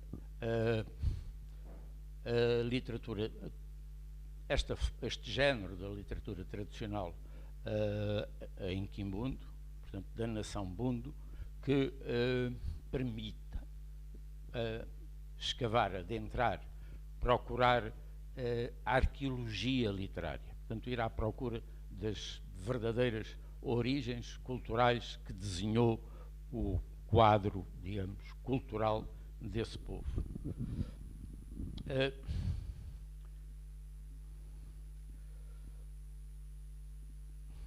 A nação Bundo, e eu faço questão, possivelmente, quem me acompanhou desde das primeiras apresentações, eu faço questão de referir toda a literatura oral ao grupo a que diz respeito, porque às vezes vejo classificações de provérbios de Angola, mas não, Angola é muito grande, tem muitas nações lá dentro e em cada uma delas é perfeitamente identificada culturalmente. E daí que eu vou insistindo em mostrar que a nação Bundo é um pequeno território de 200 mil quilómetros quadrados inserido em Angola, mas não é Angola, é uma parte de Angola e tem características próprias. Logo, à partida, mostro-vos aí uma árvore belíssima que caracteriza a parte mais litoral dessa região. Essa árvore é o imbondeiro. Imbondeiro é aquilo que os brasileiros chamam de baobá. É uma árvore que, quando os portugueses chegaram, não a conheciam, não é? E então perguntaram que árvore era aquela e disseram que era um bondo. E bondo é quimbundo e a palavra entrou no léxico português, portanto, introduzindo os elementos linguísticos próprios que identificam a língua portuguesa. Portanto, passou a ser imbondeiro. Em português, claro. Em quimbundo continua a ser mbondo. É evidente. Vocês desculpem, eu tenho que ter 3 mãos e só tenho 2.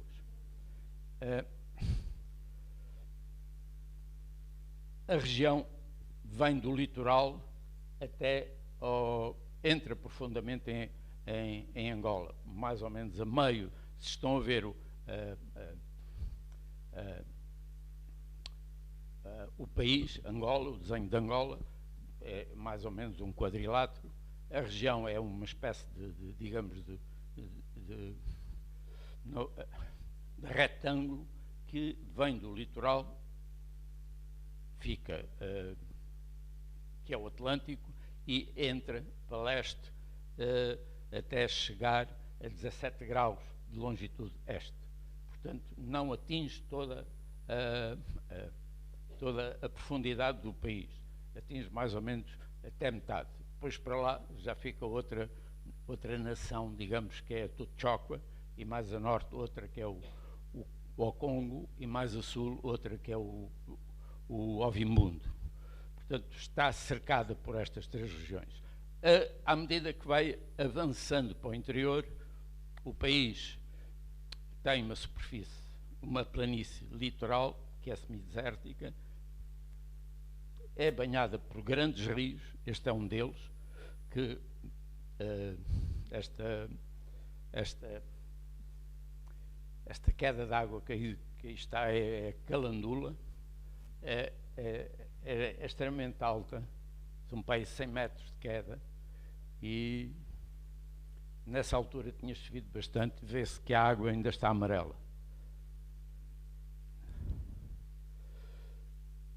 Esta é a tal planície litoral, como vos eu mostrei, e aqui, esta é a minha terra. Eu sou daí, que é entre o litoral e a zona planáltica. Portanto, é a zona intermédia. Como veio, essa aldeia que aí está, é a aldeia onde eu comecei a dar os primeiros passos. Lá no Planalto chove, 1300 milímetros mais ou menos, e nesse dia apanhei esse arco-íris brilhante que aí está e que dá essa beleza toda à paisagem. Bom, posto isto, vamos entrar diretamente nos provérbios. Mostrar ou falar da região tem a ver com a possibilidade que nós temos de entender como é que há esta ligação entre o sítio onde as pessoas vivem e a sabedoria que vão expressando através dessa literatura sapiencial que é o provérbio. Eu vou começar, como não podia deixar de ser, por esta imagem, que eu gostaria que vocês dissessem que é belíssima, porque para mim é... Tem ali uma mãe que já não sabe, já não tem mais nada, não é? Tem um braço com o filho, o braço com a comida, já não tem braço nenhum, de maneira que a filha está agarrada à perna e ela tem uma perna livre.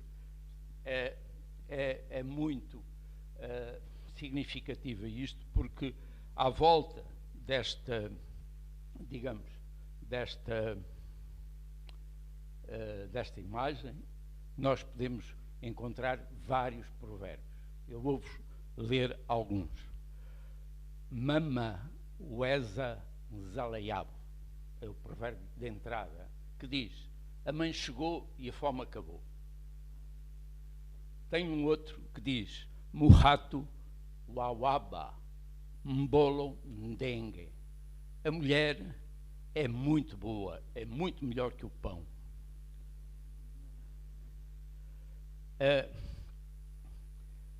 Tem um outro que tem a ver com ainda com a mulher, claro, que diz o seguinte: a mulher, o amor da mãe renda e a mama yenhene governo. O amor da mãe é muito melhor, é muito maior que o do chefe, do governo, do chefe. Eu gostaria de acabar esta pequena referência a provérbios sobre a mulher com um provérbio que eu acho interessantíssimo, e aqui já tive a oportunidade de, logo no primeiro dia, portanto este é o segundo, portanto ontem, foi mostrado um provérbio, que daqueles provérbios foram apresentados para estudarem em sala de aula pelos dois professores que estiveram aqui, que tinha a ver com a mulher, e dizia que a rapariga, mais ou menos isto, a rapariga gasta o dinheiro na garridice e a mulher mais velha é no vinho. Portanto, era esse o provérbio. E eu vejo aqui um provérbio em Quimbundo sobre a mulher que diz que a mulher velha desiste dos pitéus, mas nunca desiste do homem. Isto é fantástico, não é? Porque faz com que se entenda que, de facto, o melhor da vida é mesmo o amor, não é? A mulher pode ter entrado numa fase de grande senilidade, acontece com todos, comigo também acontece, porque também estou a ficar velho, e a mulher vai desistindo de coisas, mas do homem, do amor, nunca. Isto é fantástico. Eu trago-vos esta imagem, que é para estabelecer a relação que há entre os provérbios e o meio que rodeia, pura e simplesmente por causa do cabrito. O cabrito está amarrado tem uma corda que está amarrada a um determinado sítio. E então há um provérbio muito engraçado em Quimbundo que diz, muito engraçado, quer dizer, um provérbio em Quimbundo que diz assim: Kahombu, kakisangi, kakafila honkolo. Quer dizer, o cabrito da sociedade morre na corda. Este provérbio, eu fui captá-lo, apanhá-lo e trazê-lo para aqui para vos apresentar, porque há 2 anos um colega meu lançou um livro sobre gestão das sociedades. E então o título era A Cabra da Minha Mãe. Quer dizer, toda a gente ficou assustado com o título, mas ele depois mostrou, não, é a cabra da minha mãe. A minha mãe era uma das 5 filhas do meu pai, 5 filhos do meu pai, e a todos deu cabras. Eles comeram, venderam, não sei. A minha mãe agarrou na cabra, ficou com ela em casa, multiplicou e foi da cabra e da riqueza que a cabra gerou que surgiram a educação dos filhos. E todos nós estamos educados, passamos para a universidade. Portanto, a cabra da mãe é uma cabra que a mãe tomou conta e fez, digamos, reproduzir e tornar possível que os filhos estudassem. E o livro é ótimo, já está por todo o mundo, acho que neste momento já está traduzido em várias línguas, por causa deste título que é extremamente apelativo. E eu lembrei-me de trazer este provérbio para mostrar que, de facto, o cabrito da sociedade morre na corda. Continuando, eu gostaria de depois passar para um dos outros aspectos que é muito tratado nos provérbios, tem a ver com as relações com o mais velho, não é? O mais velho está sempre presente. Mas, ao contrário, não é dono e senhor, não põe dispõe.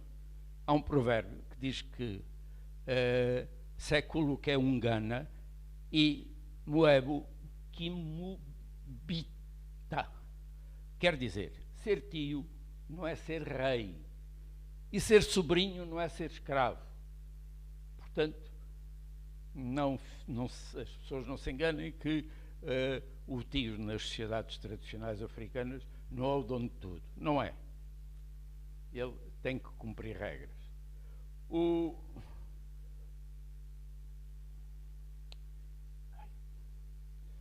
Estas coisas estão-me a criar.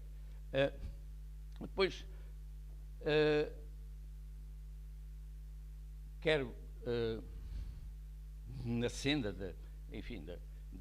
da medição das relações sociais, há um provérbio que diz que o provérbio em Quimbundo, se calhar é muito bonito, mas nem eu sei falar quimbundo bem, nem... portanto, vou passar a leitura em quimbundo e vou passar diretamente para a tradução em português. Diz que uma pessoa pode tirar a si o pico do pé, mas não pode soprar nos seus olhos. É evidente que não vale a pena estar a explicar o que é que isto quer dizer, não é? Porque é muito claro. E na senda da necessidade que as pessoas têm de estar umas com as outras, é uma coisa lindíssima. O caminho, não se esqueçam nunca, é por isso que toda a gente tem que cá vir. O caminho para os amigos não deve ser esquecido, senão cresce-lhe o capim. O capim é a erva, não é? E não se esqueçam, nós estamos a falar de uma sociedade rural, não é? Que efetivamente, se o caminho não é usado, o capim toma conta dele. E o caminho para os amigos, para a casa dos amigos, não pode criar capim. Ainda outro provérbio que mostra a necessidade que as pessoas têm de estar juntas, diz que onde sai comida existe fome. Quer isto dizer, ao contrário que uma vizinha aqui minha do Porto dizia, olha, eu trouxe-te isto, sabia de ir para os porcos, ao menos tu ainda podes aproveitar. Lá não, lá dizem que o que eu dou é aquilo que preciso, não é aquilo que não preciso. Não é o que me sobra, é o que tenho. O que tenho para mim é para ti. E onde sai comida, existe fome. É como se diz em quimbundo. Em quimbundo diz, vutundo kudia kualanzala. Finalmente, nesta relação entre social, não é? Que estimula as diversas formas das pessoas conviverem, eu vou apresentar mais um provérbio. Os macacos só conhecem a cauda dos outros. É claro que isto é fácil de se entender o sentido. Acaba esta apresentação de provérbios com este senhor informante, portanto faz parte da bibliografia, foi ele que me ensinou muitas coisas. É o meu pai Joaquim, já morreu, morreu com 90 e tal anos, estava bem conservado, ele bebia a sua água ardente, aliás tinha um alambique, era a última coisa que fazia, deixou de trabalhar, mas o alambique estava sempre a funcionar. E diz ali o provérbio, não sei se conseguem ler, está em inglês também, mas diz, Makutu kumo nandenge, kumo adiakimi eshi musabu. Se é dito pela criança, é um disparate. Mas se é dito pelo mais velho, é sabedoria. Não há problemas em relação à possibilidade, à riqueza que é ser-se mais velho. E pronto, com esta apresentação do Joaquim Zage, acabo esta é a bibliografia e pronto, por hoje é tudo. Tenham um agradável dia.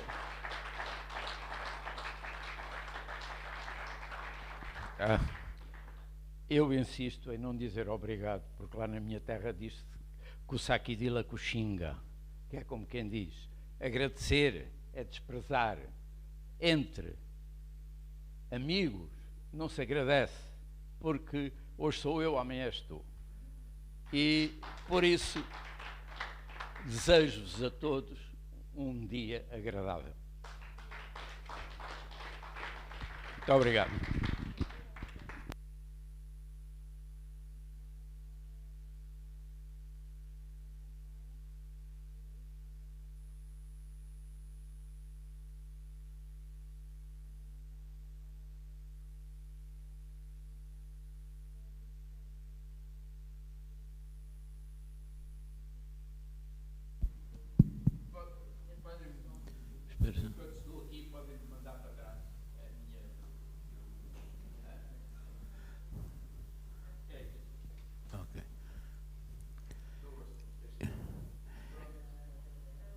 Irina, liga o som, por favor.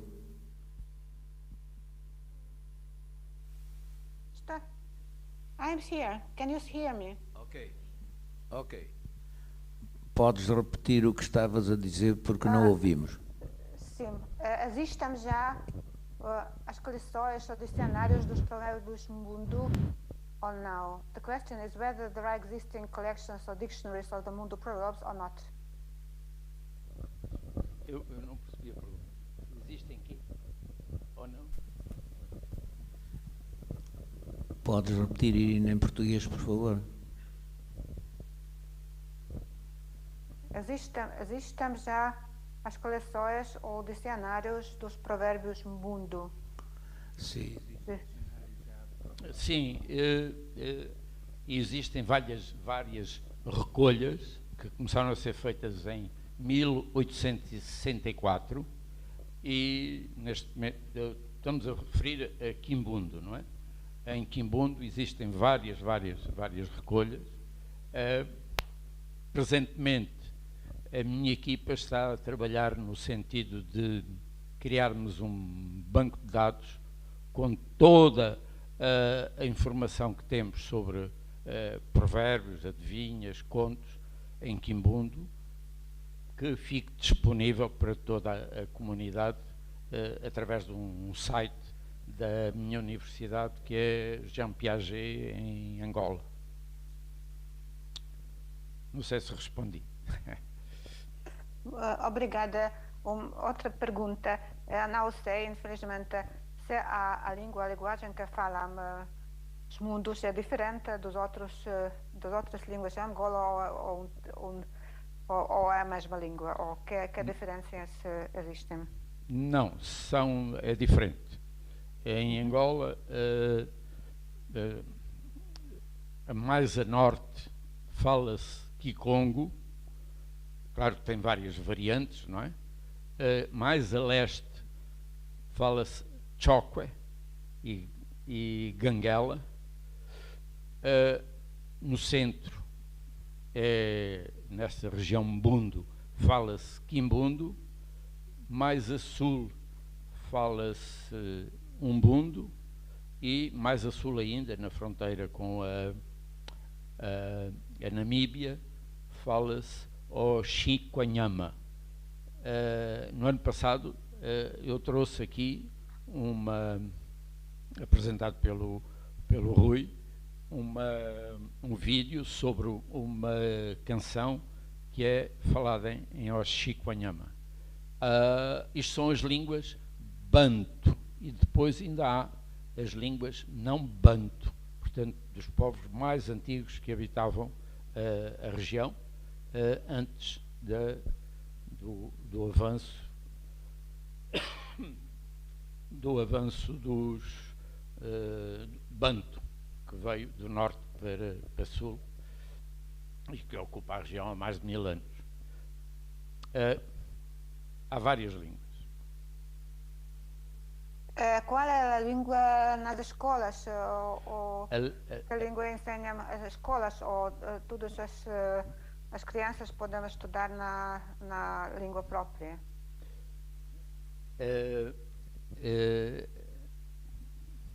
Ótima pergunta. E eu sinto-me um bocado envergonhado com a resposta que vou dar. Não, só se ensina em português. Nesse aspecto, nós estamos muito atrasados em relação aos nossos vizinhos. Na Namíbia, por exemplo, os primeiros graus de ensino são nas línguas maternas, e só quando entram para o secundário começam a aprender inglês, e a partir daí é inglês. Mas em Angola, desde as primeiras idades, é em português. Não há uma tentativa de se começar a criar condições, portanto fazer material didático para ensinar nas primeiras idades nas línguas próprias de cada região, mas isso ainda é só um projeto. Obrigada. maybe somebody has another question.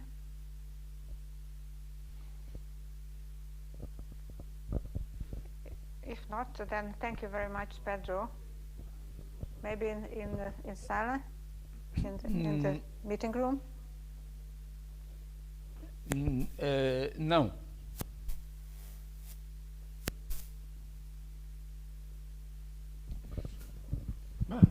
No, Pedro, so the question was very simple. Can an inhabitant of the north part of Angola understand an inhabitant of the south part of Angola?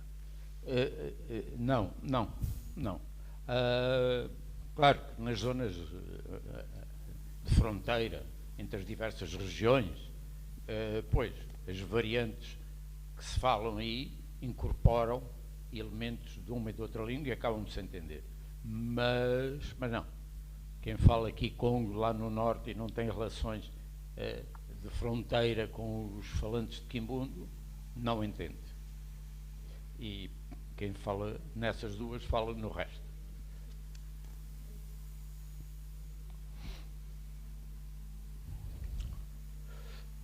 Okay, thank you very much, Pedro. It was very interesting and very informative presentation. We learned a lot. Thank you.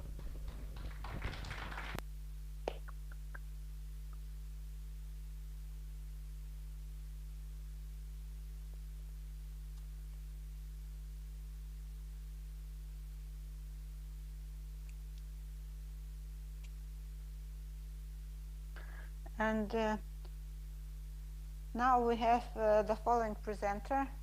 I guess Maslina is in the meeting room, isn't she?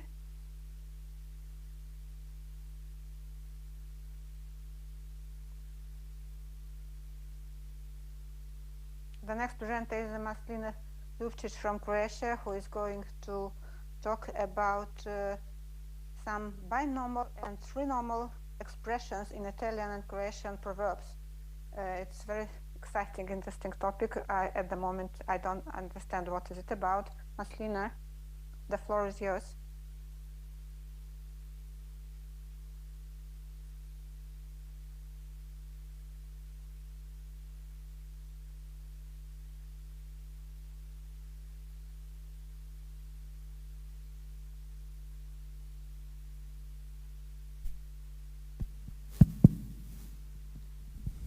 Maslina.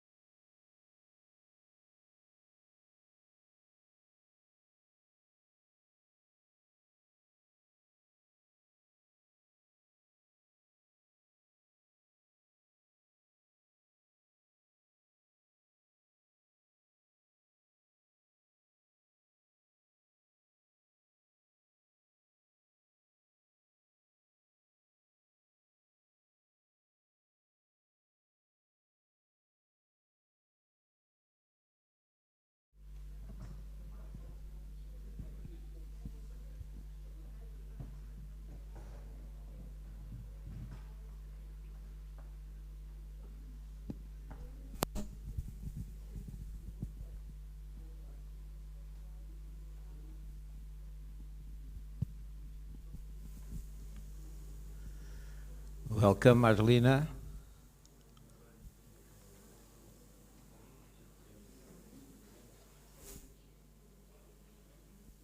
Now, can you hear me now? Marlena, I can hear you, Irina. Yes, thank you. There were some technical problems. So binomial expressions, probably you have read what I have said and could not be heard. They are phraseological units that include two elements of the same grammatical rank and syntactic functions, and that is the most prominent feature. The coordinating conjunction is usually and or a preposition. They can include also a smaller number of asyndactic constructions, that is to say, without preposition or without conjunction. They are usually irreversible. For example, in English, black and white, haves and have-nots, sooner or later, take it or leave it, little by little. Sometimes also sequences of 3 or even 4 elements can be found. They are called then trinomials and quadrinomials. In the case of reversibility, the determined word order is usually preferred. Coordinated binomial and trinomial expressions in Italian and Croatian proverbs are going to be analyzed here. But since there are so many binomials, probably trinomials will remain for another occasion. And we are going to see their irreversibility and typology. They usually appear with the coordinating conjunction and, but there are also some with a preposition between their constituents. For example, in the following proverb, which is equivalent of the Latin gutta cavat lapidem, that is, droplet excavates the stone. In Italian, it is goccia a goccia si incava la pietra, repeating the same word, which is also possible for intensifying and for the meaning of little by little, where there are two same nouns, droplet. By droplet, the stone gets excavated. Or with the negative conjunction in Italian né donna né tela a lume di candela, neither woman nor canvas by candlelight. That is to say, you can't choose them, you can't see them well. In Croatian, with this ne, negative conjunction, we find nije blago ni srebro ni zlato, već je blago što je srcu drago. Neither silver nor gold is a treasure, but treasure is what is dear to the heart. The preposition is found in the well-known proverb from the Old Testament, occhio per occhio, dente per dente. Then we find it in all languages, also in Croatian, oko za oko, zub za zub, an eye for an eye, a tooth for a tooth, occhio per occhio, dente per dente. Then we can say something about the rhyme and alliteration that are found in binomials, because their constituents are quite often have these two characteristics. For example, in Italian, non promettere mari e monti, do not promise seas and mountains. Mari and monti, alliteration. Freddo e fame fanno brutto il pelame. Cold and hunger make skin ugly. FF, initial. The same in figliole e fritelle, più se ne fa, più vengon belle. Daughters and cakes, the more you make them, the more beautiful they come. In Croatian, ne možeš imati ovce I novce, you can't have sheep and money.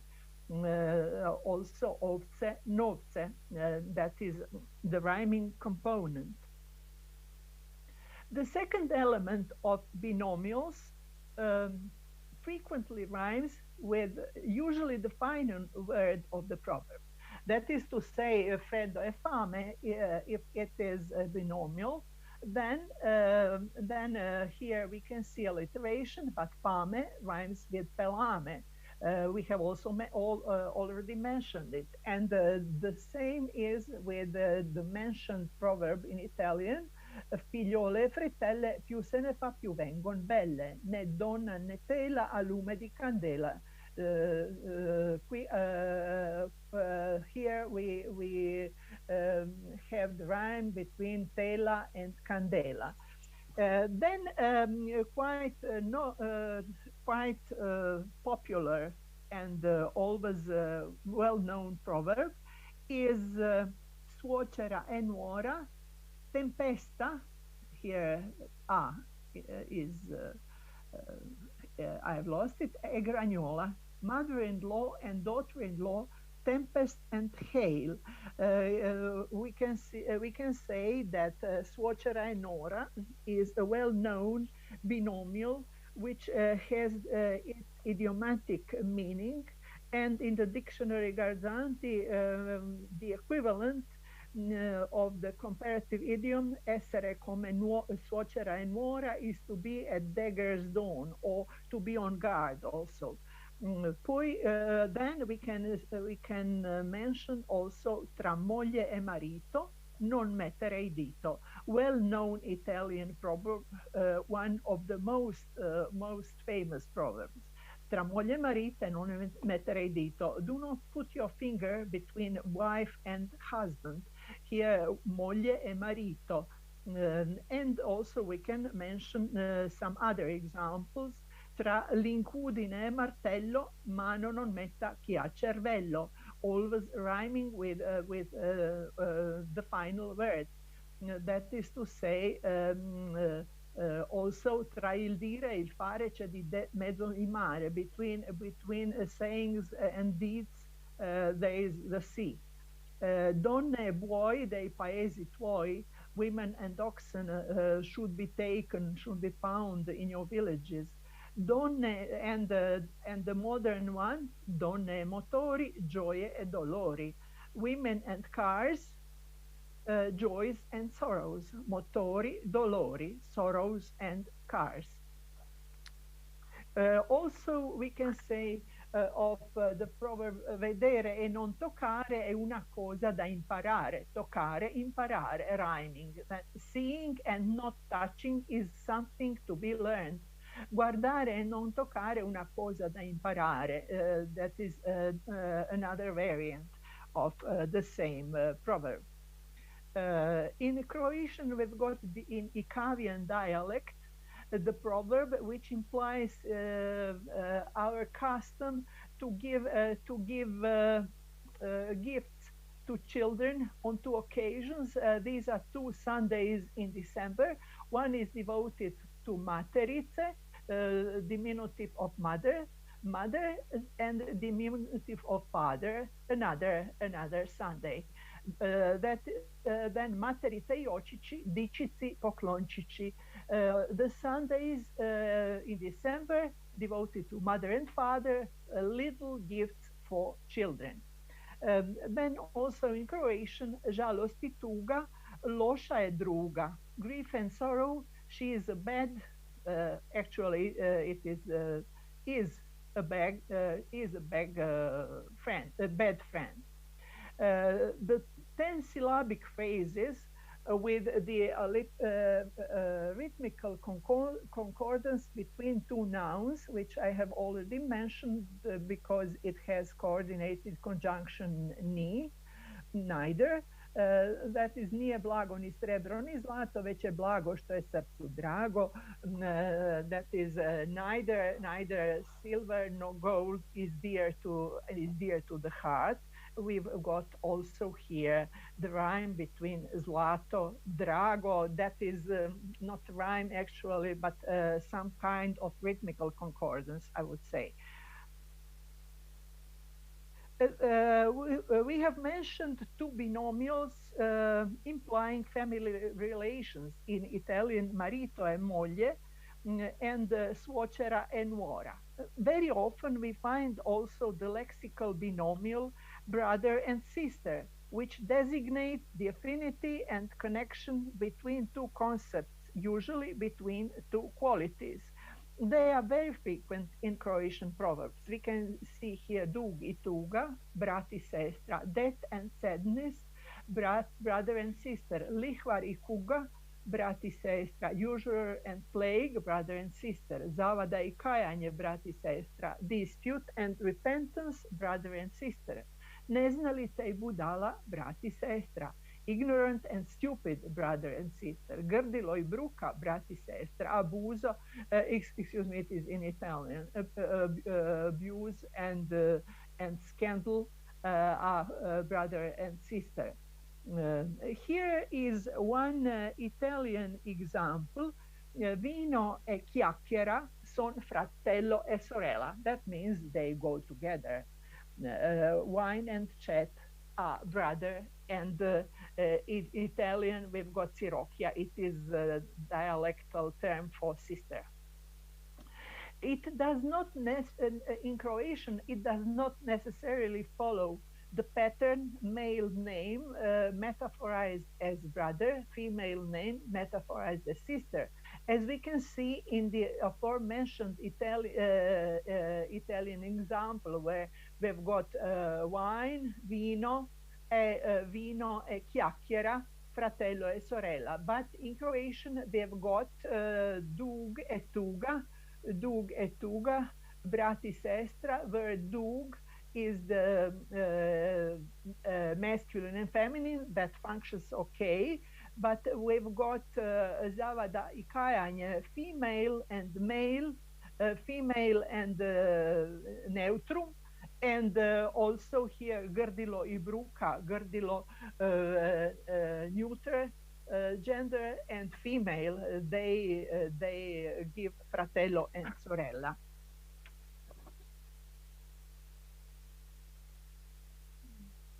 Yes, now some examples of the synonymous or near synonymous noun, which appears in binomial in proverb. In Italian, polenta e pasta sfoglia e polenta e sua sorella. That is to say, polenta and puff pastry is polenta and its sister. That is the same thing, meaning the same thing. There are much more Croatian proverbs of this time. Pas I ker, dva brata. Dog and hound, two brothers, excuse me. Vrag I đavo, rođena braća. Satan and devil, born brothers. Dobar I glup, dva brata. That is not synonymous, but it is identified, no? Good and stupid, two brothers. So it is another group. Dobar I glup, dva rođena brata, the same thing. And also dva brata blizanca, two twin brothers. Lud I dobar, crazy and good, braća rođena, carnal brothers. Nevješti mahit, dva brata, incapable and mad, two brothers. In Italian, among the proverbs, we find many of the following type, where the semantic similarity or closeness of two concepts is expressed by substantivized expressions in the binomial, and it is highlighted through the use of the metaphor of brothers and other relatives sometimes. Il poi e il mai sono fratelli. Il poi e il mai. Then and never. Il poi e il mai is a binomial. Then and never are brothers. Dopo e poi sono parenti del mai. After and then, dopo e poi, they are relatives of never. In the dialect of Trieste, ma e mo. Excuse me, here there is a mistake. Iera fratei, but not for long. I've lost part of the example here. Uno e niente son parenti. One and nothing are relatives. That is almost nothing. In Italian dialect, poco e niente, je parente, the same thing. ma e mo, here I put it better, no e andava mai d'accordo, but and mo, excuse me, were brothers, but they never got along. In Italian dialect, quelle niente, je parente, e fidati e non ti fidare erano fratelli. Trust and don't trust were brothers. We have to say that also in English we find the same type of binomial in the following proverb. Take it easy and live long are brothers. Or calm down and long life are brothers. That is the paraphrase which was given in Italian by me. And about the irreversibility, I have mentioned the Italian proverb with tra moglie e marito non mettere il dito. Don't put a finger between wife and her husband. We have to say that both moglie e marito e moglie exist, but moglie e marito is very often pronounced in this very frequently used proverb. Otherwise, we find both possibilities. Here I found marito e moglie fanno una doccia quando la donna. That is to say, there is some story. We find here marito e moglie, that is husband and wife. Also something about husband and wife, but quite often this proverb is quoted, tra moglie e marito non mettere il dito. And what does the law say? When litigate, here is mentioned husband and wife, but marito e moglie probably through this proverb got exceptional diffusion. In Croatian, the word order muž i žena, husband and wife, is much more frequent. It appears in a saying that refers to harmony and complete happiness. Muž i žena I kokoš pečena. Here we've got the rhyme, žena pečena, husband and wife, and roast chicken. It could be analyzed, of course, also as a trinomial, but here is a fixed, in Croatian, a fixed order binomial, and here is also an addition to make them completely happy. I've written here that it could be considered as trinomial, but binomial speaks in favor of the interpretation as a binomial husband and wife, to which the element of happiness is added, and it is driven by the rhyme kokoš pečena, because it ends in ena, ena. In the proverb in Croatian žalost I tuga, slaba je druga, which I have mentioned before, the synonymous binomial has the intensifying function as a unity, which is reflected in the use of the noun predicate in singular. Žalosti tuga, loša je druga. It is not loše su druge. It is not plural, but is a bad friend. It is a singular noun, singular verb. Here there are some examples of the fixed word order. In Croatian we say, also it is found in other languages, eating and drinking, eat and drink, jesti, piti, jelo I piće, and the proverb is nije se, it means sve in dialect, not all is in eating and drinking. Poji I popi doklen si živ, dialectal, a na onomu svitu ca ti bude, that is Sakavik dialect. Eat and drink while you are alive, and on the other world, we don't know what it will be like. There are some other examples also here. Denari e sanità, la metà della metà. That is ironical. Money and health, the half of the half. It is similar in the Venetian, because usually what we think somebody has his wealth and maybe health, it is not so perfect as is believed to be.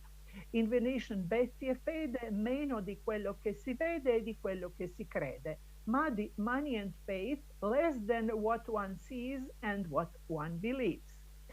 In Italian, also, there is a humoristic use of a binomial where this e means and means like, in the same way as disgrazie e ombrelli, that is bad luck, and umbrellas, as well as umbrellas, sono più facili da portare quando sono degli altri. It is easier to have them when they belong to some another man.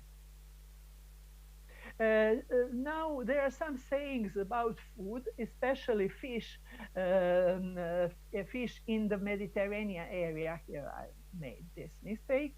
More precisely, Adriatic kitchen. In Venetian dialect, in Croatian, a little deformed, we find it salpa, donna e barbon ogni stagioni boni. That is to say two names of fish and a woman. They are in all seasons excellent. Man or also woman, čovjek, žena I barbun, dobri su svaki stajun, and barbone, another the same fish, they are good in all 4 seasons. Boga e donna, name of fish, e donna and woman, ogni stagione è buona, the same thing. And then finally, barbone e capon, no perdi stagione, always excellent. Now I wanted also to find something which is quite interesting. The order of the constituents in the proverb can be influenced by the language from which the text is translated into another language, that is by the source language. Interesting is the case of the biblical proverb 18:21, which in Latin Vulgata, from which it was usually translated into Latin, also in Croatian and in other languages. It sounds mors et vita in manu lingue qui diligunt eam comedent fructus eus. The English translation is death and life are in the power of the tongue, and those who love it will eat its fruits. Well-known proverb. The original text in Hebrew has the same order of the constituents. Now here I've put it, death and life are in the power of the tongue, and those who love it will eat its fruit. That is to say, here we've got death and life. And we must say that usually, something got lost, but I'm going to tell it without it. Sorry, Maslina, you have some 2 minutes left. Yes. Okay. Yes, I'm going to finish it now. Morte e vita, in Italian, sono in potere della lingua. Chi l'ama ne mangerà. That is to say, death and life. And also in the new translation of Diodati, morte e vita, the same thing. In Croatian, smrt I život u vlasti su jezika, a tko ga miluje jede od ploda njegova. Normal, we have to say that normal word order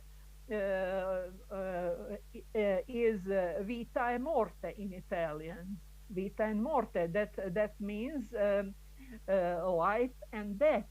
And it can be found in Dizionario dei modi di dire, for example, essere tra la vita e la morte, è questione di vita e di morte. Also in Croatian, pitanje, a question of life and death. That is the usual order in Italian and in Croatian. Therefore, it does not surprise that in one translation, or rather a free paraphrase of the biblical proverb, we find this normal, usual word order, život I smrt u vlasti su jezika. This example of biblical translation that preserves the order of the Latin, original Latin text from which it was translation, and it follows also the Hebrew.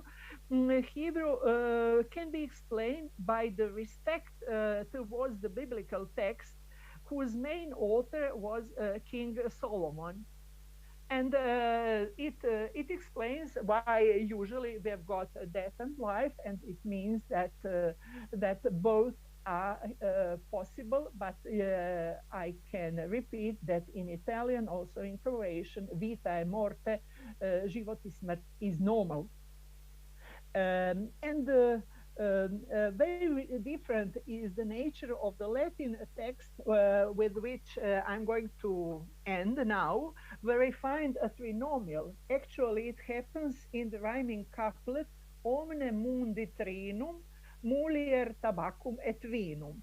That is the tripartite motto, mulier tabacum and vinum, woman, tobacco, and wine.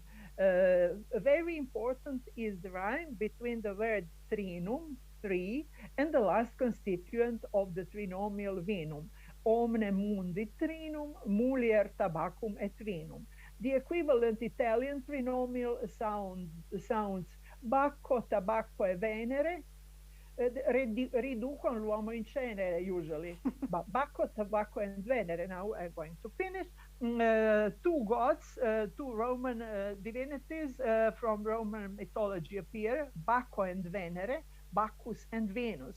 Therefore, the order of the constituents in Italian is different, and actually both Italian and Latin proverbs containing the aforementioned trinomials are characterized by the sentence rhyme. In Italian, Bacco, tobacco, Venere, that is to say Bacchus, tobacco and Venus, riducono l'uomo in cenere, destroy a man. Thank you very much.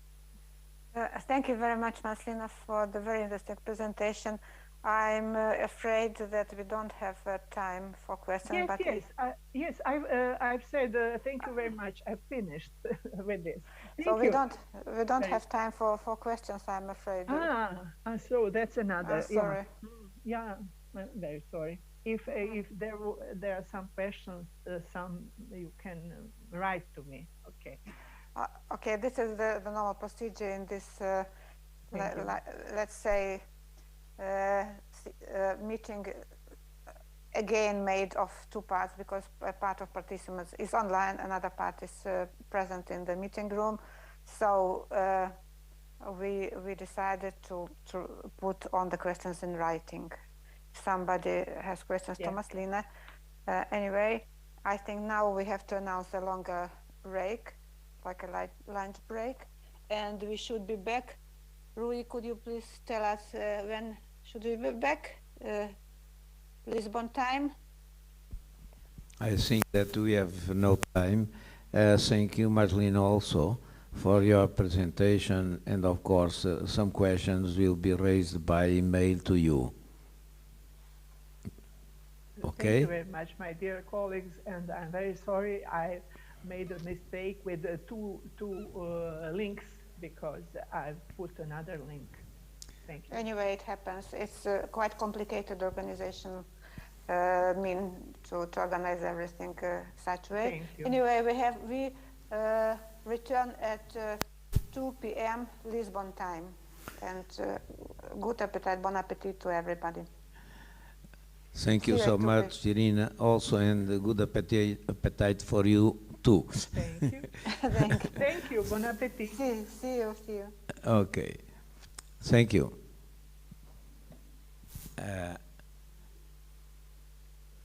Agora, só para nós, visto que os nossos amigos não poderão participar das nossas atividades extra-científicas que aqui decorrem, por favor, passem ali por um papelinho que a Marinela tem, para todos quantos quiserem juntar-se a nós no jantar de hoje, nas cabanas. Alguns de vós já conhecem o restaurante, o preço do jantar é 15 euros e é só marisco, é uma mariscada, uma mistura de vários mariscos. I don't know how to say mariscada in English. Seafood, okay. Tonight the dinner, it will be at Cabanas, and of course I will have the pleasure to join for most of you there, and the food is seafood with some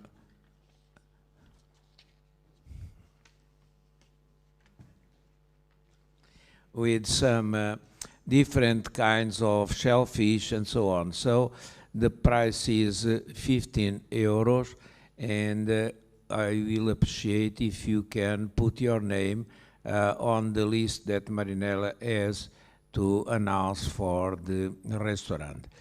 Some of you knows that the restaurant, others it's the first time, but I think that the ambience is also very nice. So please join us. Thank you and have a good lunch.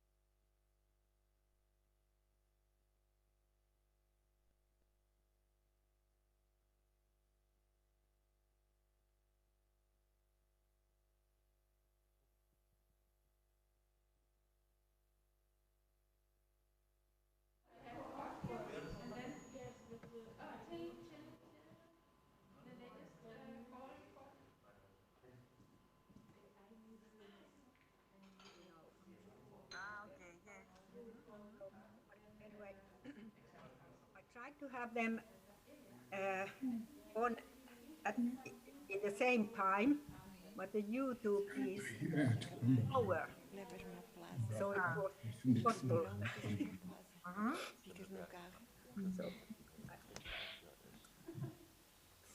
So. It is now over 2 o'clock in Tavira.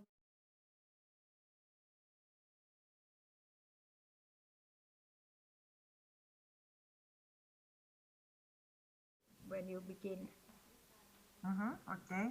Yeah. Because I hope so. Okay, we can see them. And where is?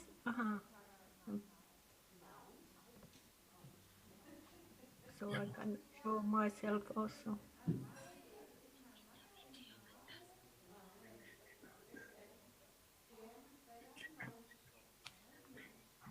Hello, hi. Hello, Uti. Hello. James. Hi, George. Can Hello. James put video on? Oh, video on. James. Okay. I will introduce you in a minute, okay? We are just waiting Okay, for you. some late people. Thank you. Okay. Of course.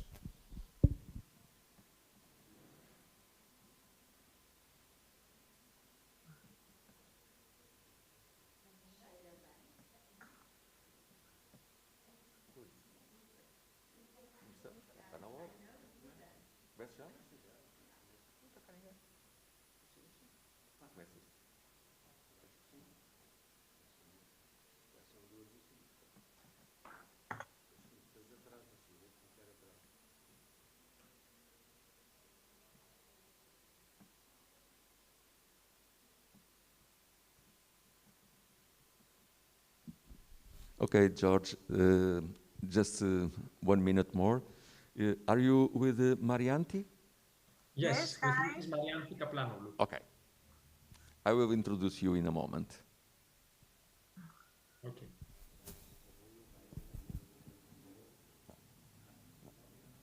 No.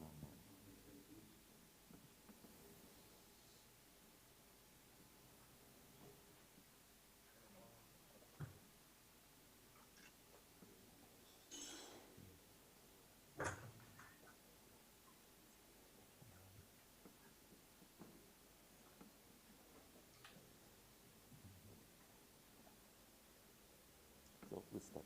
Okay. Good afternoon to everybody. I will now introduce our friends from Greece, George Tserpes and Marianti Kaplanoglou. Their presentation is about COVID-19 pandemic on social media and the Twitter example. You are very welcome. Go ahead. Thank you very much.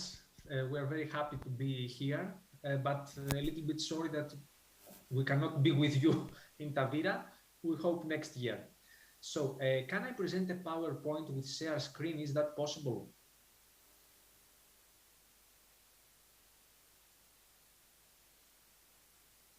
Yes, now you can. Okay. So you can see this? Okay. Yes, everything is okay. Okay, thank you.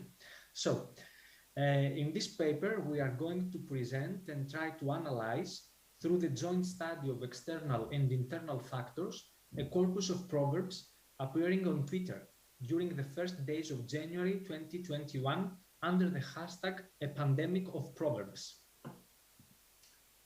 During January 2021, due to the amount of infections and deaths of the COVID pandemic, Greece was at the midst of a severe lockdown, which lasted nearly 7 months, beginning on November of 2020 and ending gradually in May 2021, including the closure of schools of all levels, the prohibition of traveling outside one's administrative district or even neighborhood, and the ending of nearly all social life and outdoors activities, since no gathering of more than 9 persons was permitted, and only for funerals.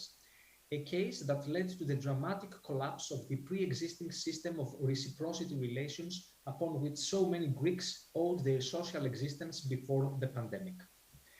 The hashtag was launched on the 8th of January after Prime Minister of Greece Kyriakos Mitsotakis, referring to beginning of vaccination plan against the COVID-19, has declared, "The rhythm of vaccination is satisfactory.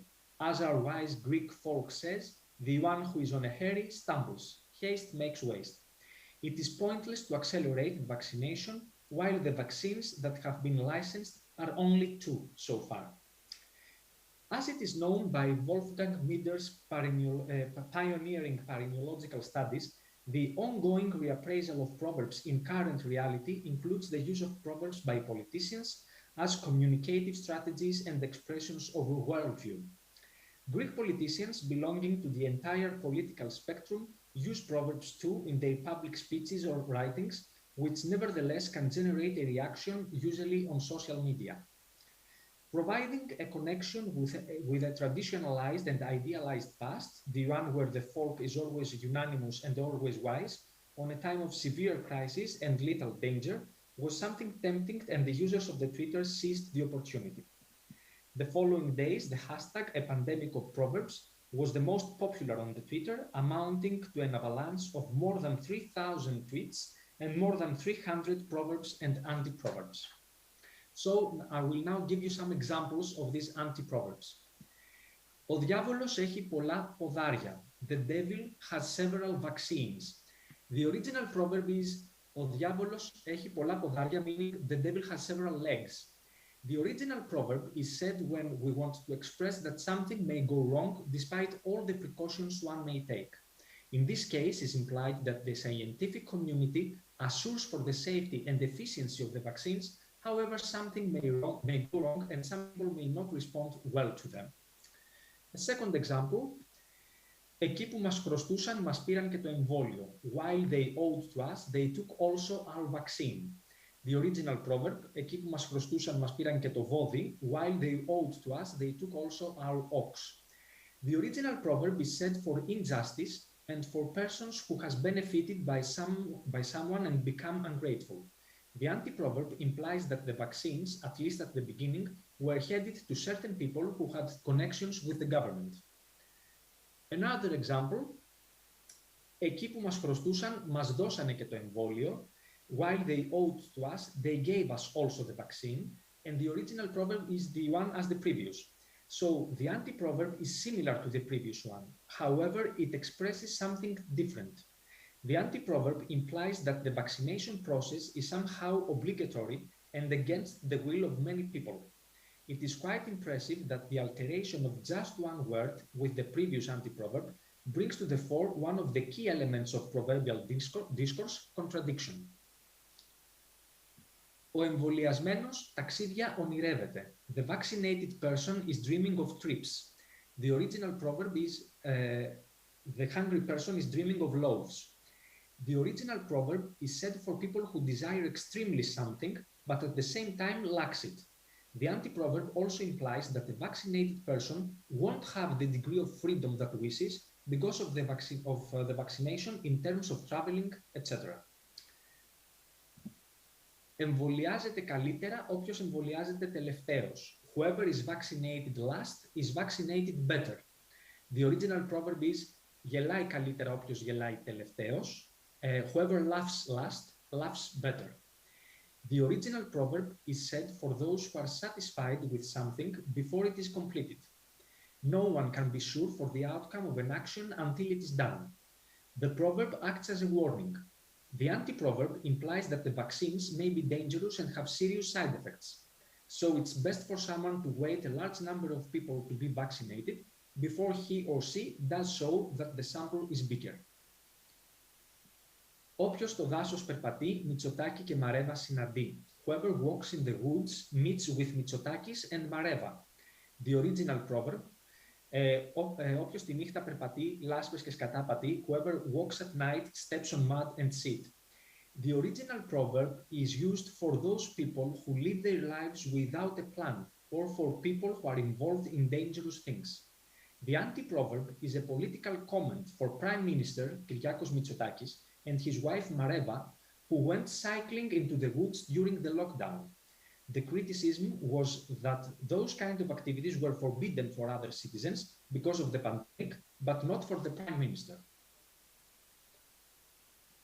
Των αρίστων τα παιδιά τα στοιχεία μαγειρεύουν. The children of excellency falsify the data.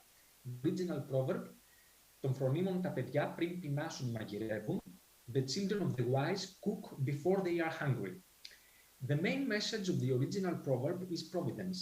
Somebody must always take care of the future. In case something bad happens, must someone be in place to deal with it, financially, etc. The anti-proverb is a political comment on excellency. One of the main slogans of the government elected in 2019 was excellency. The political party in government promised that meritocracy would be one of its main goals.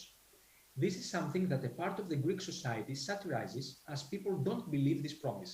So the anti-proverb implies that officials who are supposed to be excellent, and this is the reason they were chosen for the places they have, falsify data that have to do with the pandemic in order to serve the expenditure of the government.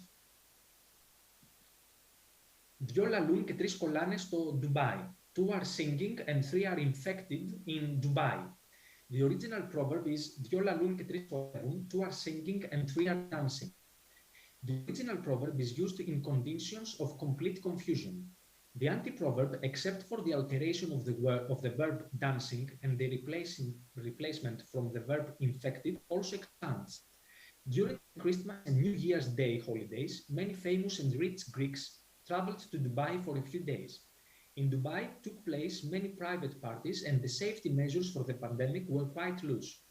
Many Greeks were infected from COVID-19 and they were positive to the virus when they returned to the country. Ο Φλεβάρης κι αν φλεβήσει, καραντίνα θα μυρίσει και αν τύχει και θυμώσει, μνημόνια θα μας φεσώσει.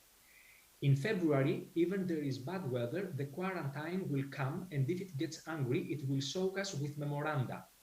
The original proverb is «Ο Φλεβάρης κι αν φλεβήσει, καλοκαίρι θα μυρίσει, μα αν τύχει και θυμώσει μες στο χιόνι θα μας χώσει». In February, even if the weather is bad, the summer is close, but if February gets angry, will bury us in the snow. The original proverb deals with weather law. February is winter month, but summer is close.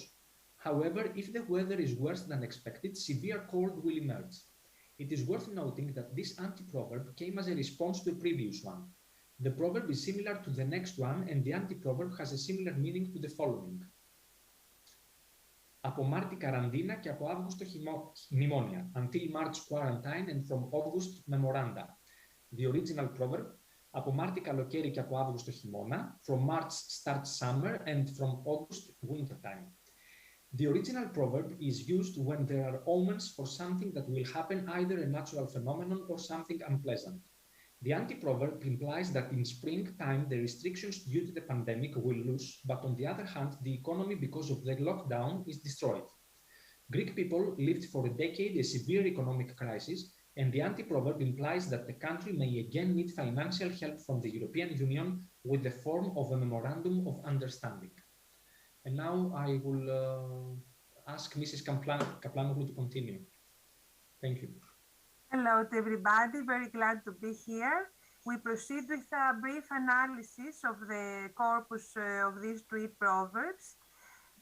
Since the users of Twitter often cite both proverbs, their new anti-proverb first and then the proverb known from tradition next to it, while the ones who don't do that apparently presuppose that the readers know traditional proverbs still in oral circulation, we may assume that this juxtaposition confronts also two views on folklore.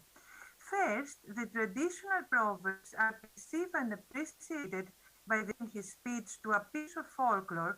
The Greek Prime Minister activated a social system which assigned great importance to the success or failure of fulfilling a certain social role. Proverbs, as the ones the users of Twitter allude to, are family or community lore of small peasant communities where the relation of the individual with the group was defined by the norms of collective life, meaning that everyone's actions were of common concern and were handled on a communal base. Proverbs then were used by those representing authority, the elderly members of the family or of the community, the grandfather or the father, and dissociated then from the everydayness of the peasant folk. These proverbs remain as expressions of ethical values, life conduct instructions, and charter information on human behavior. On the face of a dramatically changed reality, they were acknowledged by the users of Twitter, who resort to the old realm of kinship and communitarian mechanisms, reciprocal relations, and assigned social roles invoked in the proverbs as an opposing force. On the other hand, traditional proverbs are appreciated by the users of Twitter on a rhetorical, aesthetic level as an interplay of literary and metaphorical meanings. Proverbs facilitate for vivid emotions and tensions not to be expressed in a direct or excessive way, but to turn to explicit metaphors. Thus, under the current situation of the pandemic, they are readdressed as political dissatisfaction, emotional awareness, or anxiety, and suggestive solutions or ways of contact. But again, their brevity and impersonal rhetoric counterbalance the sharpness of overt political criticism and ideological conflict among the users of Twitter. This poetic and rhetorical dimension of proverbial speech can only be perceived if these texts are seen interrelated. We may describe their users as members of an instant community, a term coined by Roger D. Abrahams, nevertheless not as ephemeral as ethnographers might think, but formed on more solid grounds. This is due to the surprising potential of these instant communities to reactivate a alluring but commonly shared narrative code in the environment of Twitter. This also contradicts the general assumption that modern technology and social media encourage literal or ostensive forms of communication. This is made obvious even in the very use of the word pandemic, which from a term depicting a particular medical situation is transferred to a speech act, thus increasing its rhetorical impact of proverbs, but also ending up in irony. Following the paradigm of an Aesop or an Nasreddin Hoxha, the users of Twitter choose to face the harsh fact of reality through a play of wit, critical exposure, and mockery. Simultaneously, the users of Twitter do not restrict to attribute the old proverbs to new contexts, but feel free to further dissociate them from their primary contexts by altering or rephrasing them. In this process, this process goes further, that is towards the questioning of the strict rules of the narrative genre. In our view, yes and no. Certain of the generic qualities of the proverbs are undermined by the communicative situation framed by the new medium of their transfer. On Twitter, the constant exchange of proverbs acquires the characteristics of a contest where the users complement one another or surpass or contradict one another. Proverb contests are not common in the framework of the genre oral or written circulation. A proverb's reliance upon ancestral authority and wisdom comes as a conclusion in a conversation where different opinions are expressed or as the appropriate solution in a problem aroused. On the contrary, readers which challenge an audience by a questionnaire, seem to imply a kind of contest. Riddle contests are common to the international narratives from the East and the Hellenic world. Unlike orality and literature, Twitter seems to facilitate such a contest, reminding us the exchange of proverbs mentioned in the Kafkasian chalk circle by Bertolt Brecht. From this point of view, the users of Twitter, by acknowledging the internal irony and ambiguity of the genre, simultaneously contradict its rhetorical imposed, unique or impersonal authenticity. Thus, collective appreciation of proverbial irony is masked by a personal selective process and disapproval of absolute truths in the face of a critical situation. The users of Twitter and their proverbs allude then to a conception of the folk and folklore totally different from the concept of the wise folk. Perceiving folklore not as an abstract or idealized entity, the users of Twitter, with their complementary and controversial versions of proverbs, form a dialectical synthesis between personal choices, collective criteria, and the personal constraints of luck or faith. It is true that in the place of birth of democracy, people's everyday discussions on public and personal affairs transmit more and more a sense or a fear that everything and everybody is surveyed or controlled by the invisible but all-powerful new media technologies. In social and electronic media contexts perceived as less and less democratic, metaphorical or symbolic speech becomes attractive anew, as proverbial speech is. Its use also reaffirms the aesthetic pleasure emerged from the voluntary suspension of disbelief and the subtle and ironic play of appearances against the terrifying rigidity of numbers, percentages, and algorithms of the pandemic. From this point of view, the user of Twitter as a member of an instant folk group reaffirms the characteristics of a homo ludens without forgetting Karl Marx's conception of the Greeks, he's referring of course to ancient Greeks, as children. In conclusion, one may argue that homo interneticus can also be a homo ludens and a homo narrans too. Thank you very much.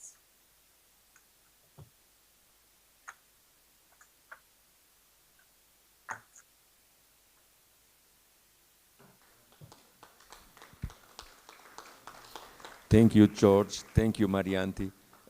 Questions, please?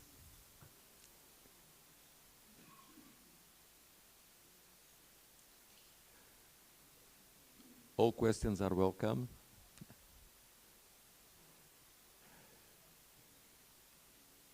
So, first of all, I had a question. Uti has a question. I don't know if there are some online questions. Do you hear?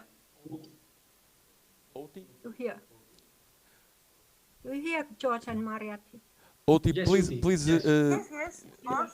unmute your I really phone. like, Yes. I like this homo interneticus you had here, and this the role of Twitter in Proverbs. And I wrote down all those. I tried to write down those. You had this idea that Twitter facilitates so many things which are not usual with Proverbs, like this contradiction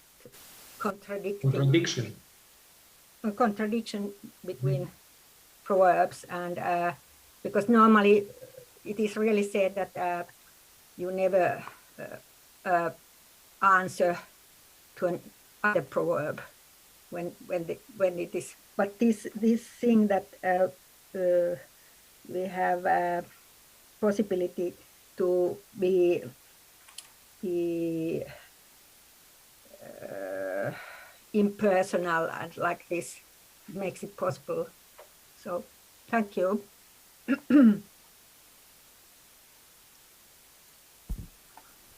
So I think we must thank both of you for your collecting proverbs from Twitter and anti-proverbs. Do you think they will become some de facto proverbs? I think that this is very difficult because these anti-proverbs refer to a certain situation having to do with the pandemic.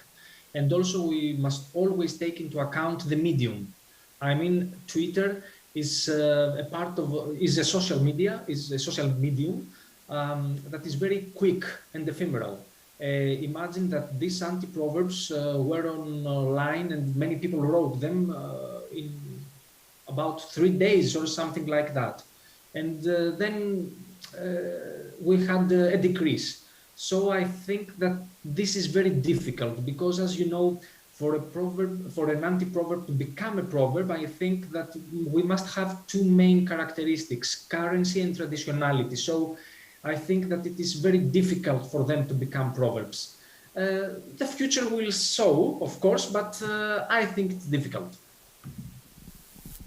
Okay. Can I say something too? Sorry. Yes. Well, the impressive thing is that in these 3 days, as George said, we really had an avalanche of proverbs. And it was the most popular hashtag in the Twitter during this time. And as Judy said before, we are really impressed because the users put on a proverb and the other ones answered to this proverb by another proverb or anti-proverb. And it was made a dialogue between all these users, but not a dialogue on literal speech, but on proverbial speech. They exchange their opinions through proverbs. Thank you. Thank you very much. No more questions? Okay. Thank you, Marianti. Thank you, George. We move to the next presentation.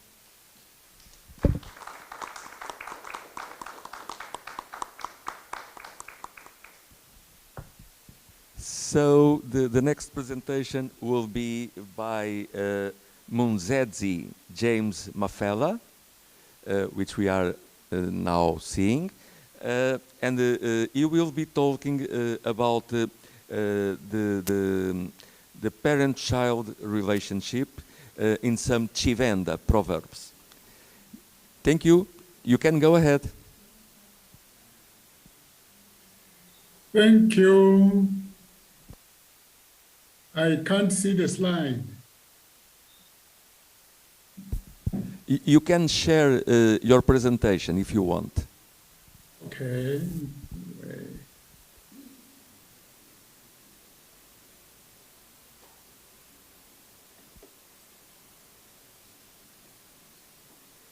I clicked on the share screen, but I can't see the slide.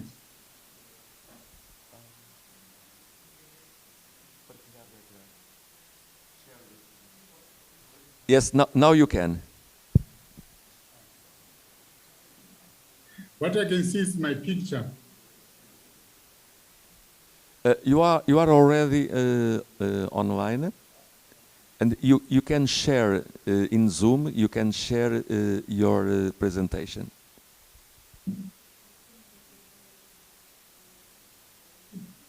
No, I only see my picture. I can't see the slides. We are seeing you. You are seeing me, but I cannot see the slides. Mafela, they are putting your presentation available in a moment. I will tell you when we are seeing. Okay. Thank you.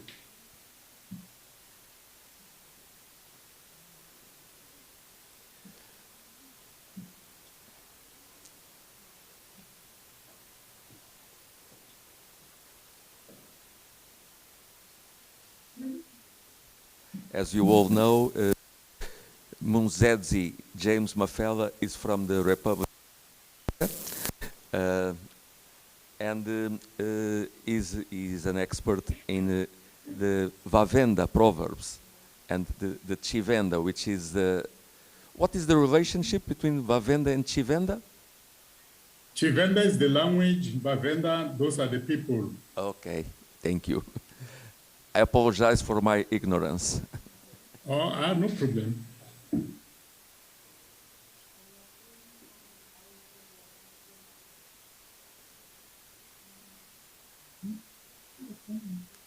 Our technicians are having a difficult time finding your PowerPoint. Okay. So you have sent it? Yeah, it's in. I sent it and Marinella confirmed that they received it. Thanks. Yep.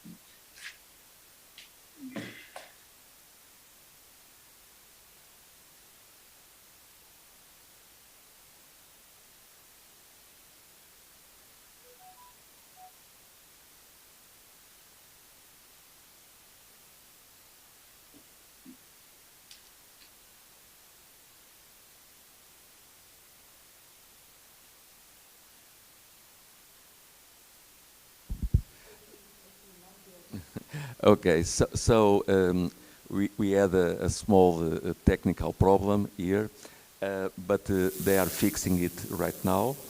Okay. I remember your previous presentations about the Republic of South Africa Proverbs. Okay. I suppose this one will be a follow-up. It will be? Okay.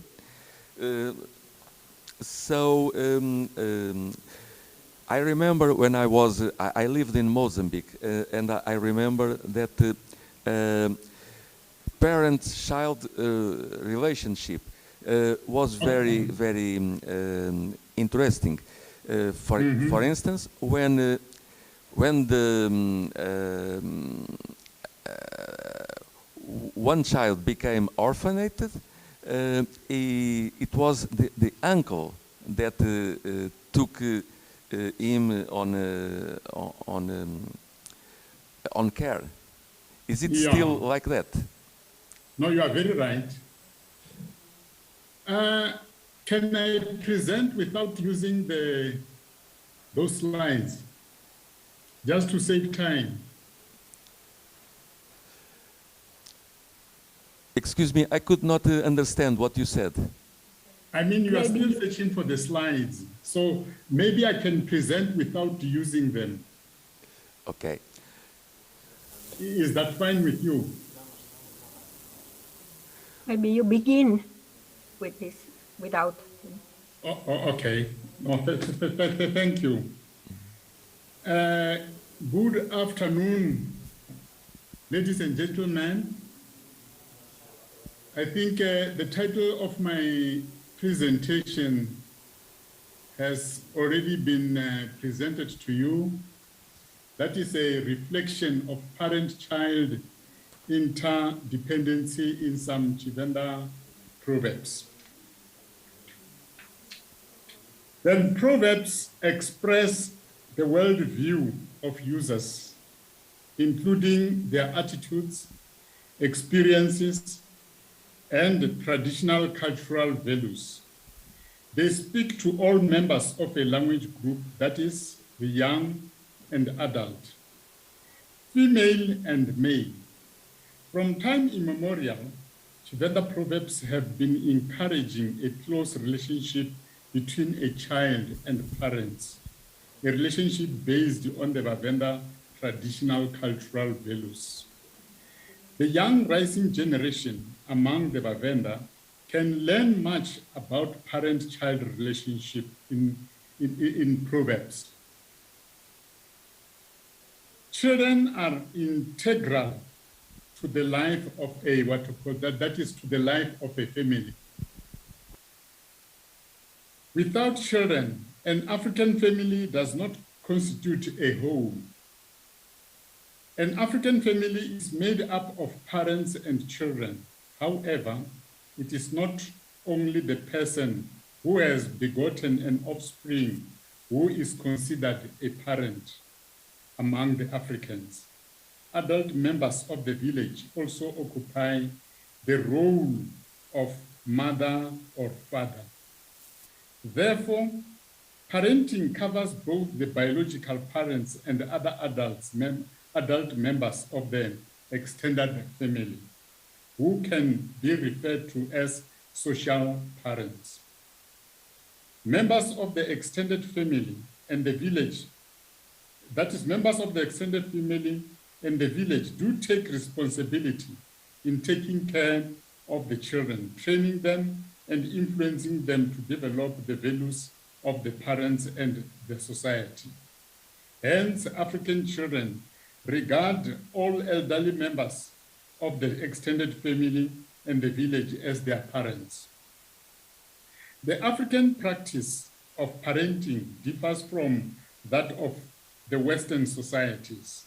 In this regard, McHenry reveals that parenting in the Western societies differs from that of the African communities because in the Western societies, parenthood with its several obligations rests only on biological relatedness. The following section discusses the parent-child relationship as reflected in Chivenda.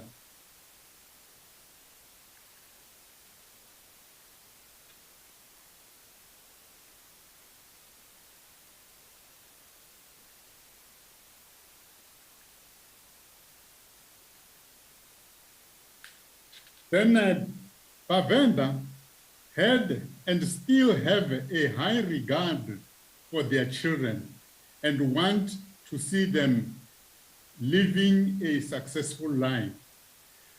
Formal structures such as initiation schools have been established to counsel children towards adulthood.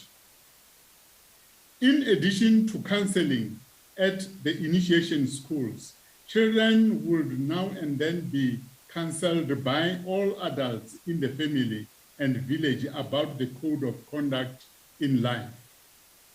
When a young person does not listen to an advice by an elderly person, a proverb in Chivenda, Matanzu maswa a imanga marara.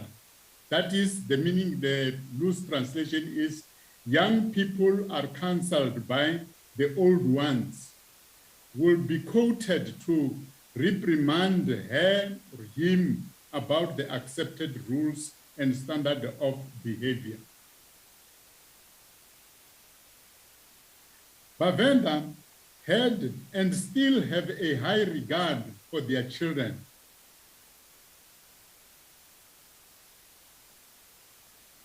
This proverb, which I've just mentioned above, is defined by Van Vatmelo as Matanzu maswa a imanga marara. The meaning is the fresh sticks in the fence are held by the old ones. This is used to enjoin deference to the counsel of old people. On the other hand, another author, Chikota, defines this proverb as a fresh lopped off branch of a tree is held by the old one, which means that old people are the ones who are able to help the youth with opinions.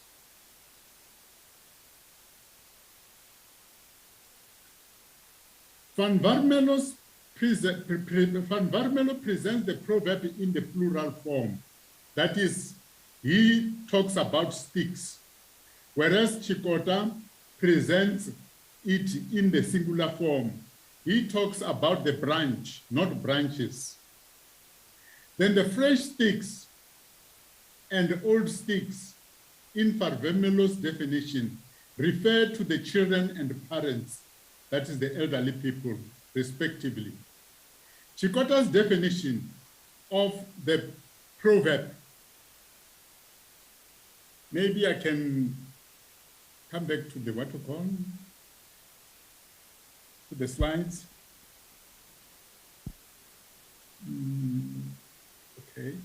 Okay, you can stop there. Then Chikota's definition of the proverb, fresh lobe of branch, refers to a child, and old lobed off branch refers to a parent. Bhavenda used to make a fence with branches of trees, especially the thorn tree in the past. Year after year, new lobed off branches will be placed against the old ones. Then the old ones give support to the fresh ones in this regard. The proverb highlights the importance of elderly people, especially parents, in the life of children. Children cannot get rid of the parents or ignore them in their life because they depend on them for various reasons, including counseling.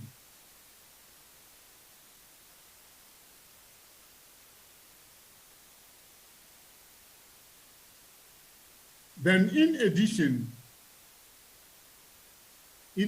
to providing for the needs of the child, an African parent will go to the extent of supporting him or her or his child, even if he or she commits wrongful acts.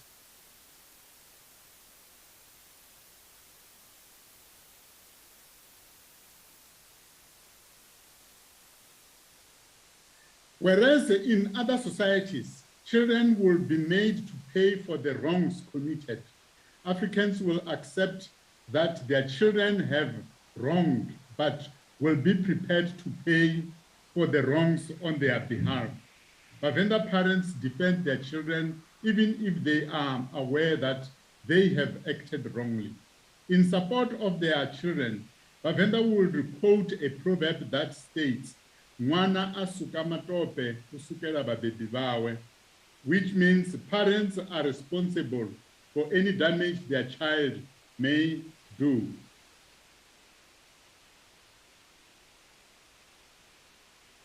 Then, in Van Warmelo defines this proverb as follows: when a child needs mud, it does so for its parents.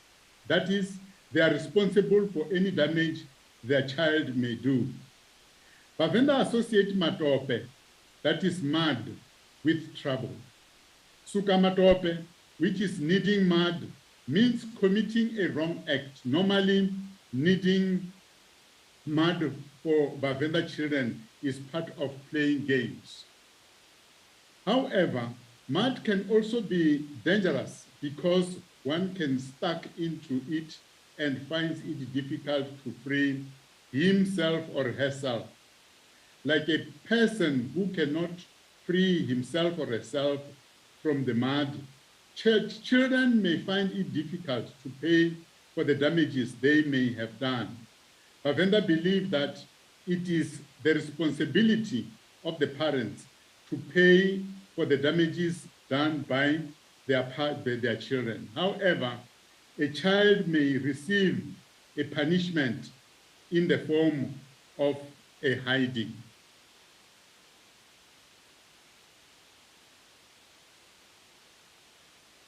Then the elderly or parents counsel children in matters affecting their life to prepare for challenges they might face in adulthood.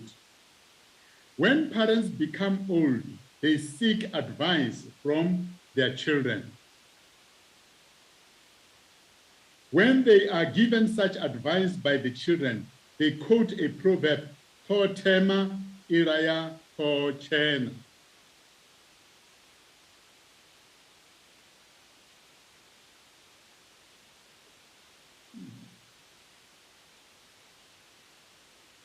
Then a young person may give an advice to an old person to confirm that it is not only the elderly who can advise the children. Children too can advise elderly people.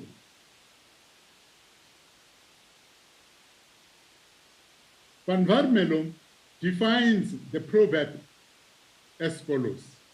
For tema, a Muvenda child is directly or indirectly trained to look after the parents when they become old. This is influenced by economic and social conditions that prevailed before the introduction of the Western economy. Bavenda used to depend much on farming and marriage proceeds paid towards their daughters for their livelihood.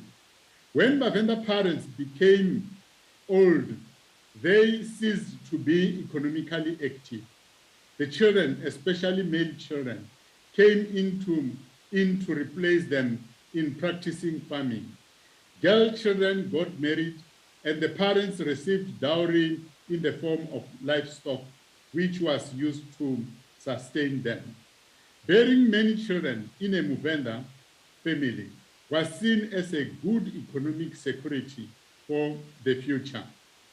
Then the Chivenda culture preaches that children should look after their parents when they become old.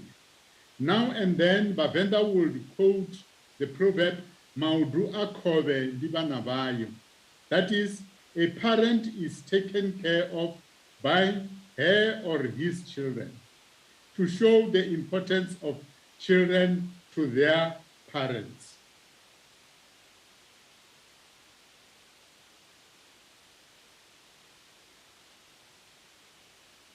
In his definition of this proverb, Van Warmelo writes that is Maudu akobe ndibana vayo, which means the legs of the fish are its children. That is, small fish can still go where the big fish cannot. Used when sending children on errands. Matiba and Makado also gave their what to call their definition as follows. Maudua kovendiba navayo, which means the legs of the fish are its children, which means that children take care of their parents. Then Van Warmelo's emphasis is on doing errands for the parents, whereas Matiba and Makado provide a general idea that is of assisting the parents, that is taking care of the parents, that is doing errands for the parents. Doing errands for the parents is part of taking care of the parents. Then the English equivalent of Maudu, a word borrowed from Sesotho, that is one of the African languages in South Africa, is legs. Then the Chivenda word for Maudu is mirenje. And this word is hardly used by Bavenda in the what you call in the proverb. But the Maudu also is hardly used by Bavenda for communication's sake. then it is only used when they refer to this, what we call this proverb. Then a metaphor has been used to reveal that the legs are children in the proverb. Without legs, a person can find it difficult to perform many duties.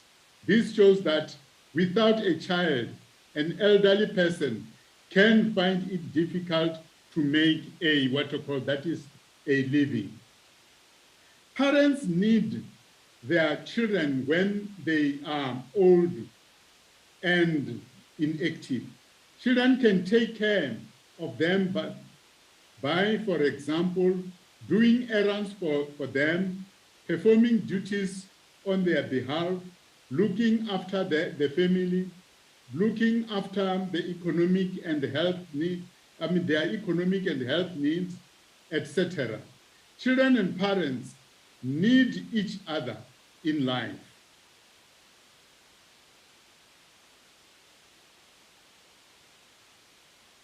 Then in the what you call, that is in the discussion of the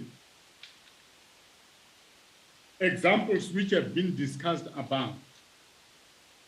Then the discussion above has drawn attention to the importance of Chivenda proverbs in showing the relationship between parents and children. The explanation has further confirmed that this relationship is interdependent. That is, parents and children depend on each other in some stage in their life. Children rely on the parents when still young, and parents on their children when they become old. It should be noted that according to the Chivenda custom, children remain children to their parents even if they are adults. The reliance of each other, on each other of parents and children is dictated by the Chivenda culture and past economic practices of the Bavenda. Parents in general are the primary socialization of children. In addition to this responsibility, the Bavenda parents counsel their children notwithstanding the existence of formal initiation schools which serve the purpose. Then the Chivenda culture advocates that children are a responsibility of the parents in all respects, including when they find themselves in a mess of their own making. Amos 2013 asserts that in the African society, parenting is perceived to take a lot of forms, which is able to lead the child to be a responsible adult. The discussion has revealed that some Chivenda proverbs encourage parents to abide by the Chivenda culture when it comes to parenting children. In addition to supporting their children to become responsible adults, parents also support them even if they acted wrongfully. However, this does not mean that they encourage them to continue acting inappropriately, as this form of support is accompanied by a punishment that is meted out to the children. The past economic practice among the Africans, particularly Bavenda, has a major influence on the relationship between parents and children. Hence, this aspect was included in the expression of some proverbs then. Bavenda depended on pastoral farming and land cultivation to make a living. When people grow old, they become inactive. As a result, they could not render productive farming. Their children took over the cultivation of land and rearing livestock. With the proceeds from the farming, the children support their parents. At old age, parents cannot carry out some tasks. They would ask children to do errands on their behalf. For all this, parents will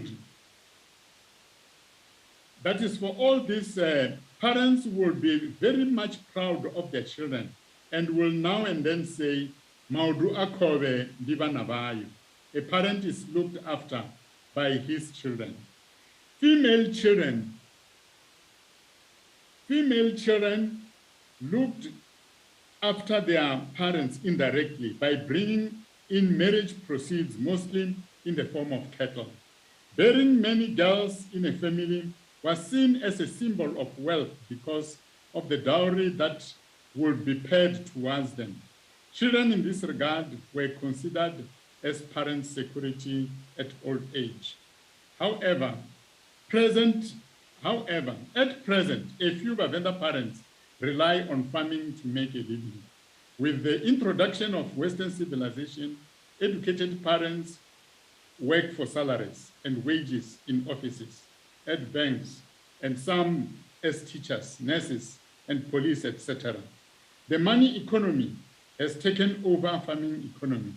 There is no need for parents to rely on their children because they can save money they earn. Moreover, they also receive pension when they retire.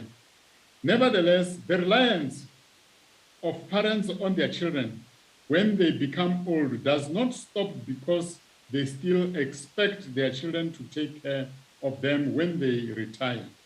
In many instances, when the parents become inactive because of age, the eldest or the youngest son stays with the parents to take care of them when other siblings establish their homesteads. The other children will now and then assist in supporting the parents with the daily needs. It is rare among the Africans, specifically Bavenda, for parents to be taken to an old age home. They are happy to be looked after by their children than being sent to old age home. Both children and community, on the other hand, do not feel at ease when the parents are sent to an old age home. Dowry for girls is now paid in form of money, of which parents charge huge amounts to make up for old age. Like in the past, Bavenda parents perceive children as their security when they become old. Hence, they will always quote the proverb, "Maudwa kobendi banavai." In conclusion, the discussion has shown that proverbs play a vital role in the preservation of cultural practices with respect to the relationship of members of both the family and the village. They pass these practices from one generation to the next. Both children and parents were indispensable to each other in the past and are still interdependent at present. Proverbs, too, have not stopped to be quoted in daily conversations and literary works. Through Proverbs, both parents and children are reminded of their close relationship and encouraged to carry on with this kind of relationship. Thank you.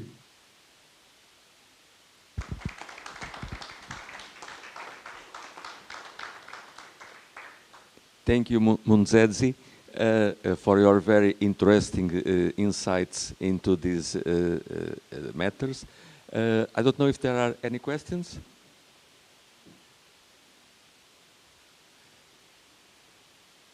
I don't think so.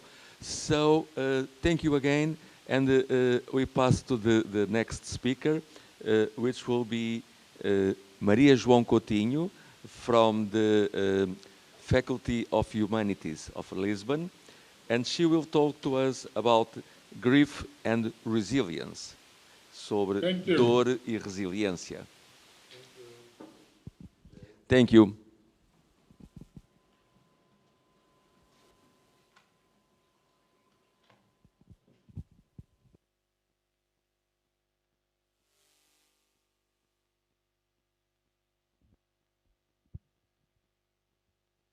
Can you see me? No?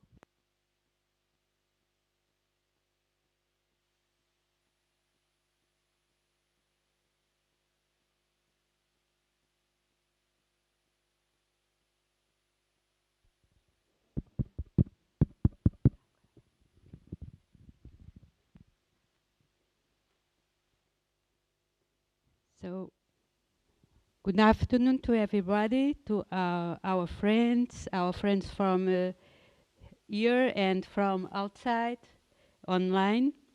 And first of all, I want to send my warm compliments to our best friends, Rui and Marinella. Without them, there was not possible to have this so important colloquium. And my presentation, it will be about grief and resilience live together. So the human capacity for burden situations is like bamboo tree. For more flexible, one would ever believe at the first glance. In fact, as the 7th century Japanese poet and samurai Mizuta Masashide, student of the famous poet Bosho, wrote, "My barn having burned down, I can now see the moon." In fact, our barns do burn down, but when it happens, we must believe that something great may always appear in front of us. As proverbial wisdom reveals, much pleasure and little grief is every man's desire. Life often presents difficulties, painful experience, some of them unpleasant.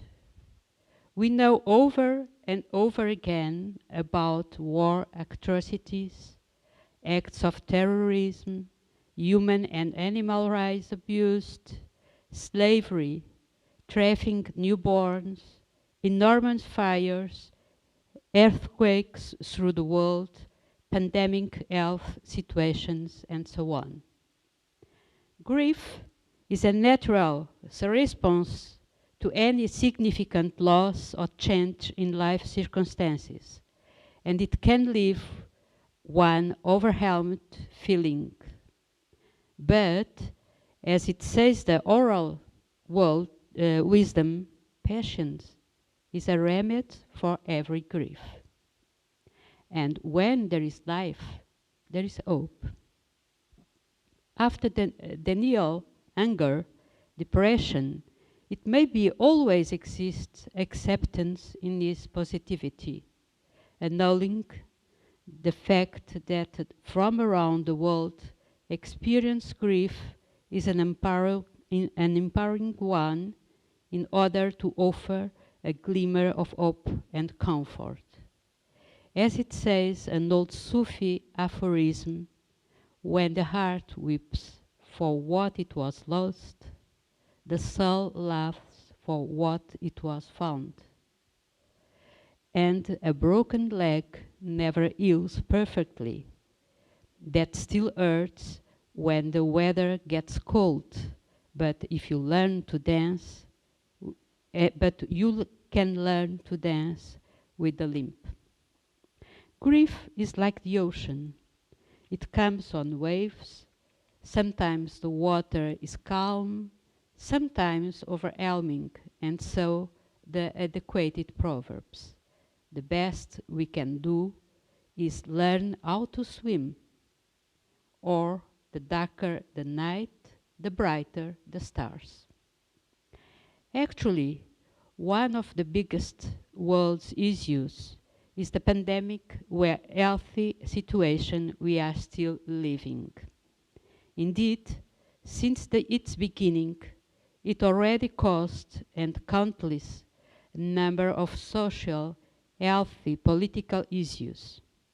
The abandonment of the elderly, the lack of social development of the younger generation, the careless towards the poorest, the increase of domestic violence towards women, the struggle of commercial shops, the dismissal of a large number of workers and their consequent impoverishment, the supreme effort of all essential workers, special doctors and nurses who found themselves in an unknown battlefield. Still, in the very same period, the world witnessed huge social battles such as the movement Black Lives Matter, starting in the US, the trade movement all around the world, the great environment disasters, the refugees, the increase of fake news worldwide that lead to the panic and disbelief of social media and so on. Yet, the journey of 1,000 smiles begins with one step. We must remember that what is needed most in challenging times is the courage to look for beauty and the meaning amidst the rubble.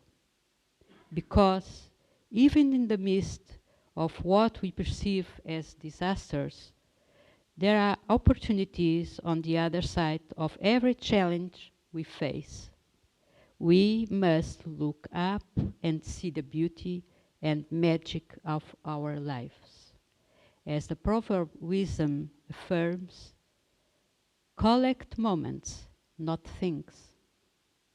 We must know that we arrived on earth with all of the courage and faith we need to turn tragedy into triumph. And to finish my presentation, I would like to show you only 2 photos, please.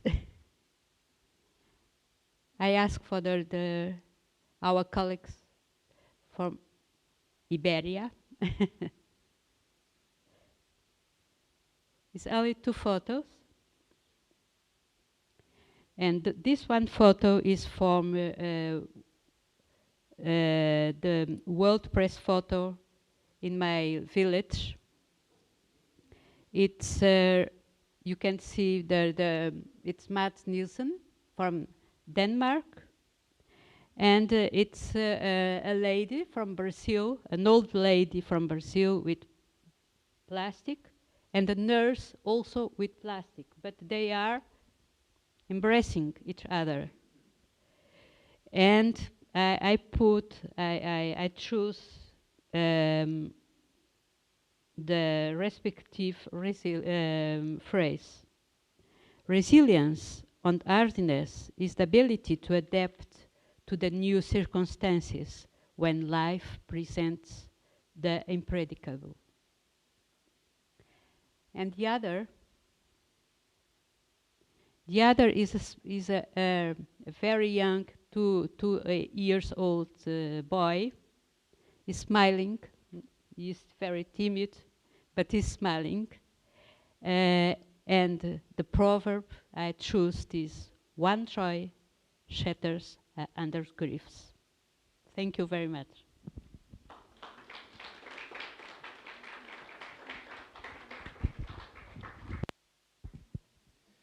Muito obrigado, Maria João, pela tua reflexão e por trazer até nós estes provérbios relacionados com a dor e com a resiliência.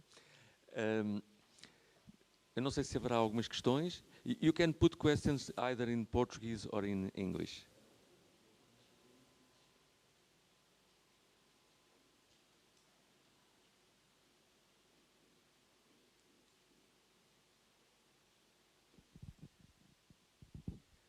Ok. É evidente que há sempre uma luz ao fundo do túnel e nunca devemos... A esperança é a última a morrer. Portanto, temos toda uma grande quantidade de provérbios que nos ensinam a resistir às adversidades. Queres acrescentar mais alguns?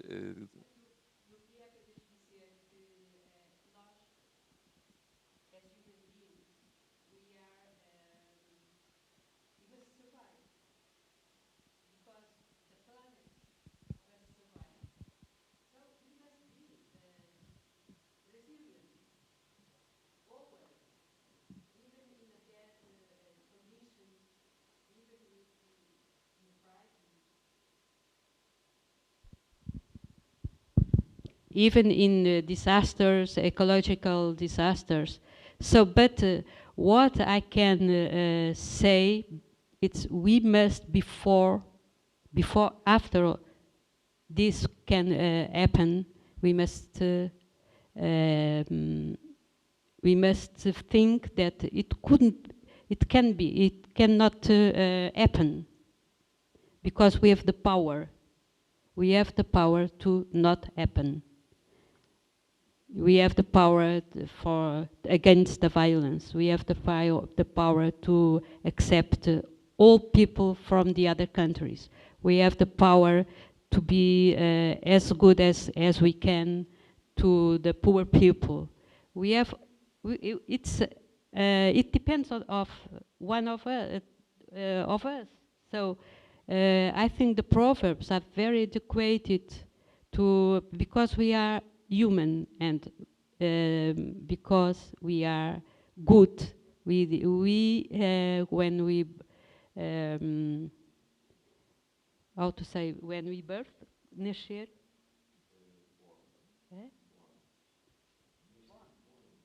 When we born, we are good always. Why we are not good after?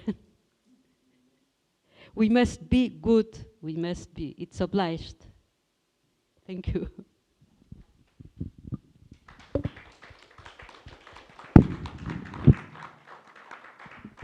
So, thank you very much, Maria João.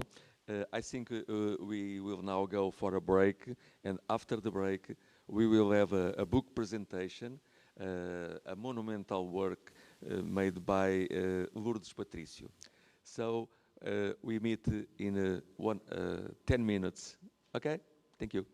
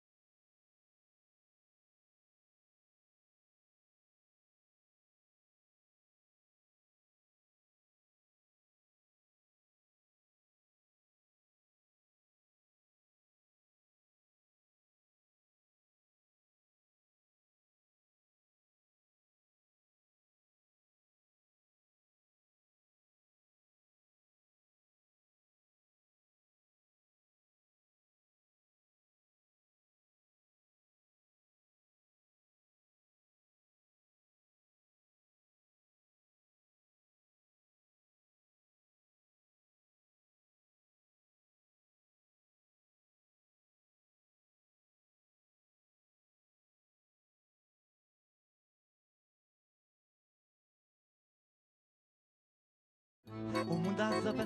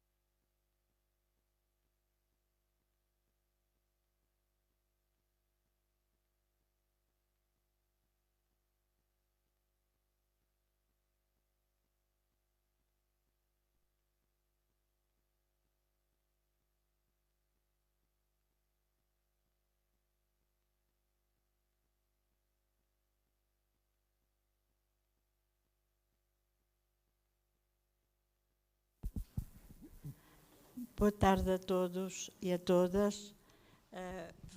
Uma vez que a Lourdes Patrício não poderá estar presencialmente, vai estar online, não em direto, ela deixou-nos uma mensagem através do vídeo que vamos passar.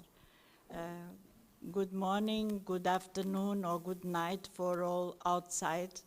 And now we can pass the video that with a message that from Lourdes Patrício.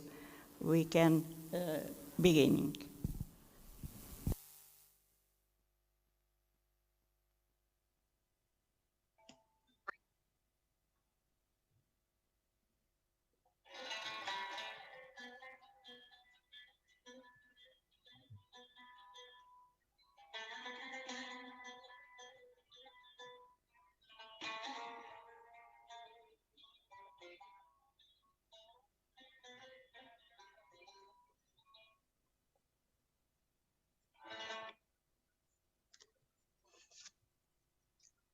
Sou Lourdes Patrício, investigadora do Centro de Estudos de Teatro da Faculdade de Letras da Universidade de Lisboa, onde foi preparada a edição de Exemplos Antigos em 2020, ano comemorativo dos 500 anos de elevação de Tavira à cidade.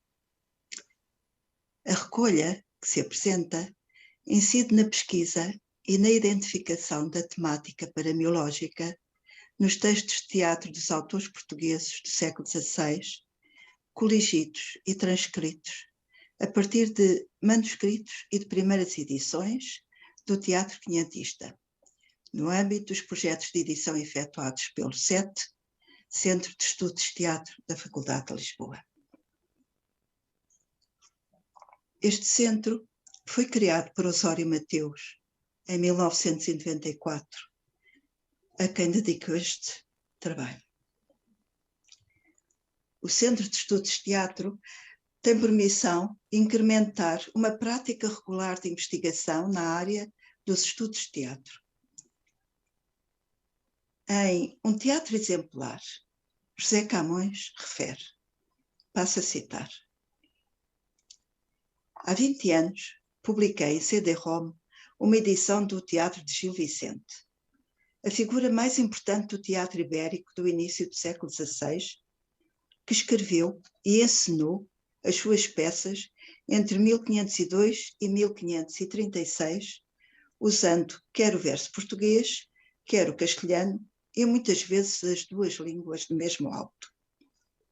Para além da edição, com base na compilação de todas as obras de 1562, o CD-ROM incluía bases de dados que permitiam múltiplas pesquisas nos textos. Infelizmente, não é possível utilizá-lo hoje, pois já não há máquinas que o leiam. E acrescenta José Camões entre parênteses: talvez haja aqui matéria para reflexão. Os pergaminhos, que têm milhares de anos, podem ser lidos hoje. E os livros, mesmo impressos em mau papel, conservam-se durante séculos. Fim de citação. Portanto, o livro Exemplos Antigos poderá ser considerado uma resposta a esta reflexão, dado fixar o trabalho que tem sido desenvolvido na plataforma digital do Centro de Estudos de Teatro, coordenada por José Camões, a quem agradeço o valioso apoio que me tem dado, bem como Helena Reis Silva. Começo por explicar o título do livro. Exemplos Antigos. Um dos objetivos do livro é dar a conhecer a paramiologia e fraseologia no teatro português do século XVI, através de provérbios, ditados, adágios, anexins, rifões e ditos e sentenças quinhentistas, que nos remetem para exemplos antigos. A imagem da capa do livro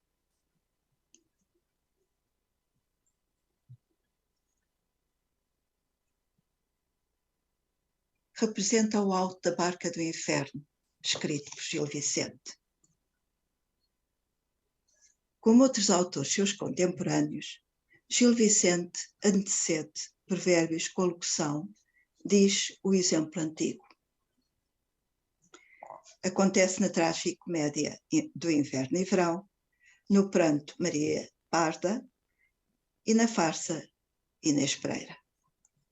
Na tragicomédia do Inverno e Verão, encontramos no verso 565.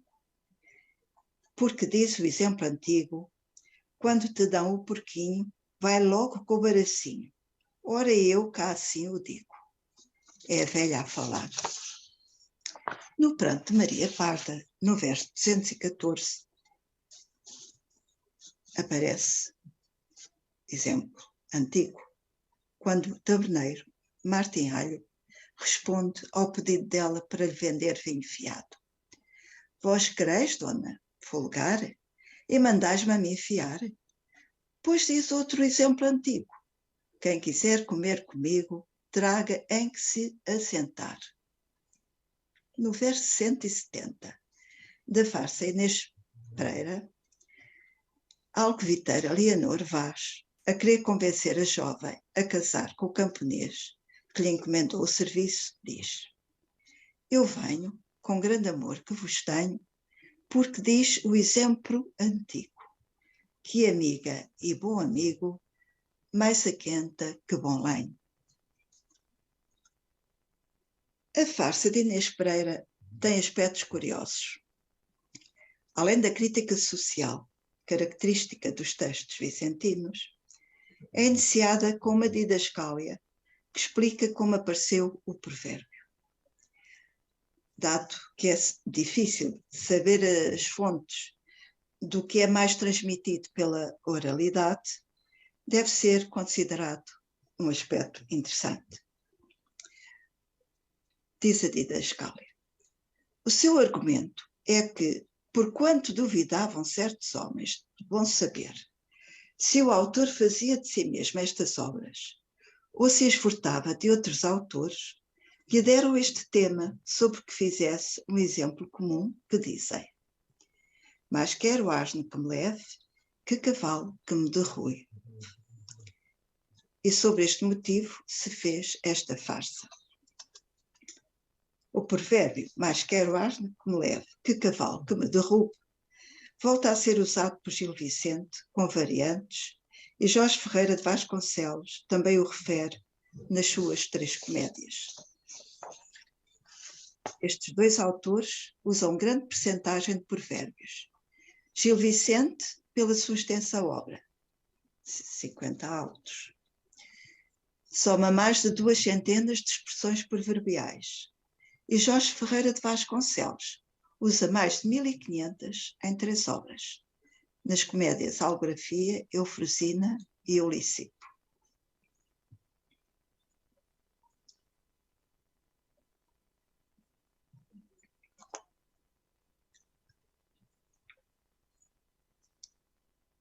No século XVI, há autores que, por vezes, prevendo o conhecimento público do acervo proverbial quinhentista, substituem a segunda parte do provérbio por etc., como Jorge Ferreira de Vasconcelos, na comédia Algrafia, no primeiro ato, cena 9.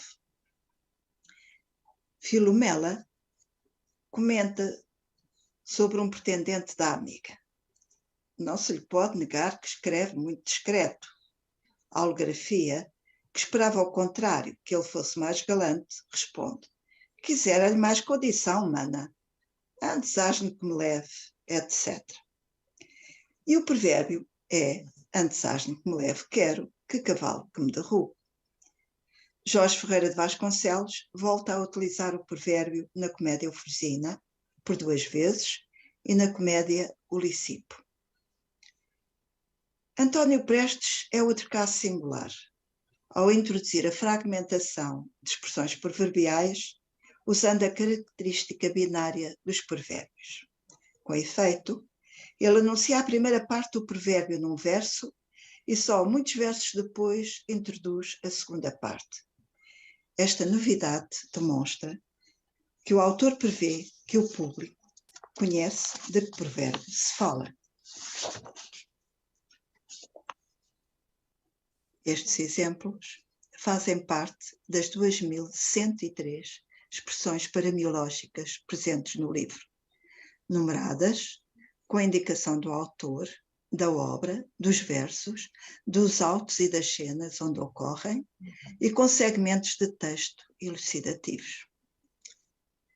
13 índices são precioso contributo, com a hipótese do cruzamento de dados e de várias linhas de investigação que o livro sugere. São eles o índice de matrizes, o índice de variantes e o índice de autores com as respectivas obras. Ao proceder à recolha das expressões proverbiais existentes nos autores de teatro do século XVI, constatou-se que o tempo cura é a expressão proverbial que ocorre mais vezes. O livro permite a visão imediata desta expressão paramiológica na página 552, com o número de matriz 1949, que remete para os 3 índices. Constatamos que ocorre em 7 obras de 6 autores conhecidos e um autor anónimo, e tem 3 variantes. Vamos ver aqui, portanto, página 552,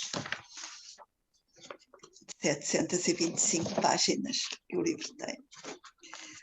Vê aqui, o provérbio ocupa a página inteira. É pequena. Mostra as ocorrências, as obras e as 3 variantes. Tem aqui em ver, depois remete-se e pode-se encontrar as 3 variantes mencionadas. O livro registra 139 obras, sendo 21 de autores anónimos e 118 de 24 autores conhecidos. Volta a Inês Pereira para ilustrar a referência feita por Gil Vicente da Tavira com uma carta que ela recebe do irmão e que lhe é entregue pelo criado do marido, que tinha ido à descoberta de novos mundos. E o moço pergunta: vosso irmão está em Ercila? Eu apostarei que vem nova de meu senhor também. Inês Pereira, que desconhecia por onde é que o marido andava, pergunta: já ele partiu da vila? Moço: há 3 meses que é passado. Inês Pereira: aqui virá logo recado se lhe vai bem ou o que faz. A referência à Tavira lembra a sua relevância no século XVI e o marco importante para a sua história com a elevação de Tavira ao estatuto de cidade em 16 de março de 1520, por carta régia de Dom Manuel I. Há 500 anos, este alto vicentino reflete Tavira como porto de partida e de chegada. Hoje, 500 anos depois, Tavira é o centro mundial de partida e de chegada de provérbios. O trabalho desenvolvido pela Associação Internacional de Paramiologia e a resiliência do seu presidente tiveram o devido reconhecimento, agora com a inauguração da sua sede. Agradeço a Rui Soares a oportunidade que me deu para dar a conhecer exemplos antigos. A edição do livro é da Câmara Municipal de Tavira. Agradeço à sua presidente, Ana Paula Martins, que reconheceu a qualidade do trabalho apresentado no livro para as comemorações dos 500 anos de elevação de Tavira à cidade. Obrigada a todos.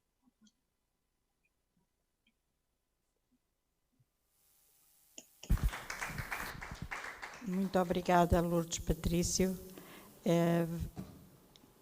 se quiserem depois contactar a Lourdes Patrício, uma vez que não está em direto, poderão fazê-lo através de e-mails.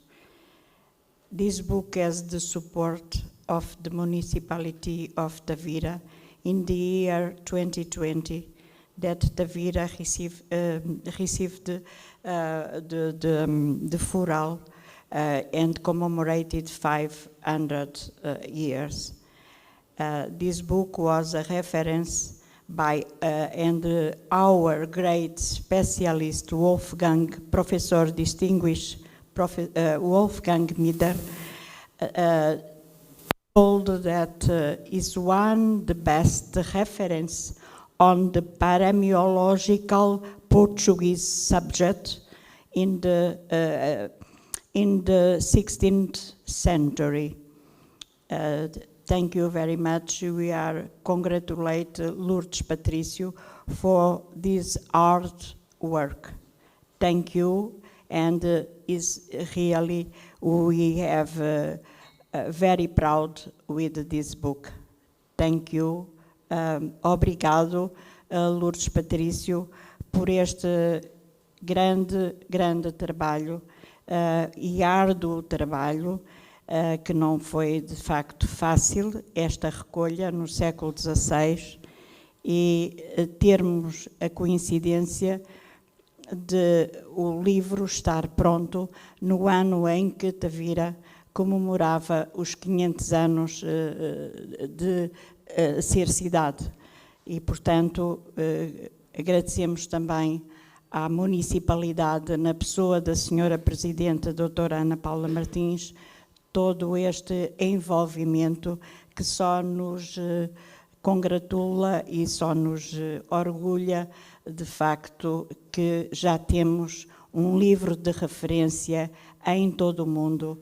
Ainda não é bilingue, pelo menos na língua de comunicação inglesa, mas com o tempo poderá ser feito. Muito obrigada a todos. E não sei se eu não poderei responder pela Lourdes Patrício, mas eventualmente se tem alguma pergunta ou alguma sugestão a dar, eu posso transmitir à Lourdes Patrício. Muito obrigada a todos. Thank you for all in outside, in virtual way, and thank you for the room in the presence. Thank you very much. And now we have a small ceremony to give the certificate in this day. And we have the certificate to Utilawakangas, but maybe next year we come to Sasha Babik. Piret Volite, please stay here, and Pedro Acosta Pereira. Maslina is not here, George Serps not here, Mariante not here, Mafela not here. Please go there to do a little ceremony. And Maria João Coutinho.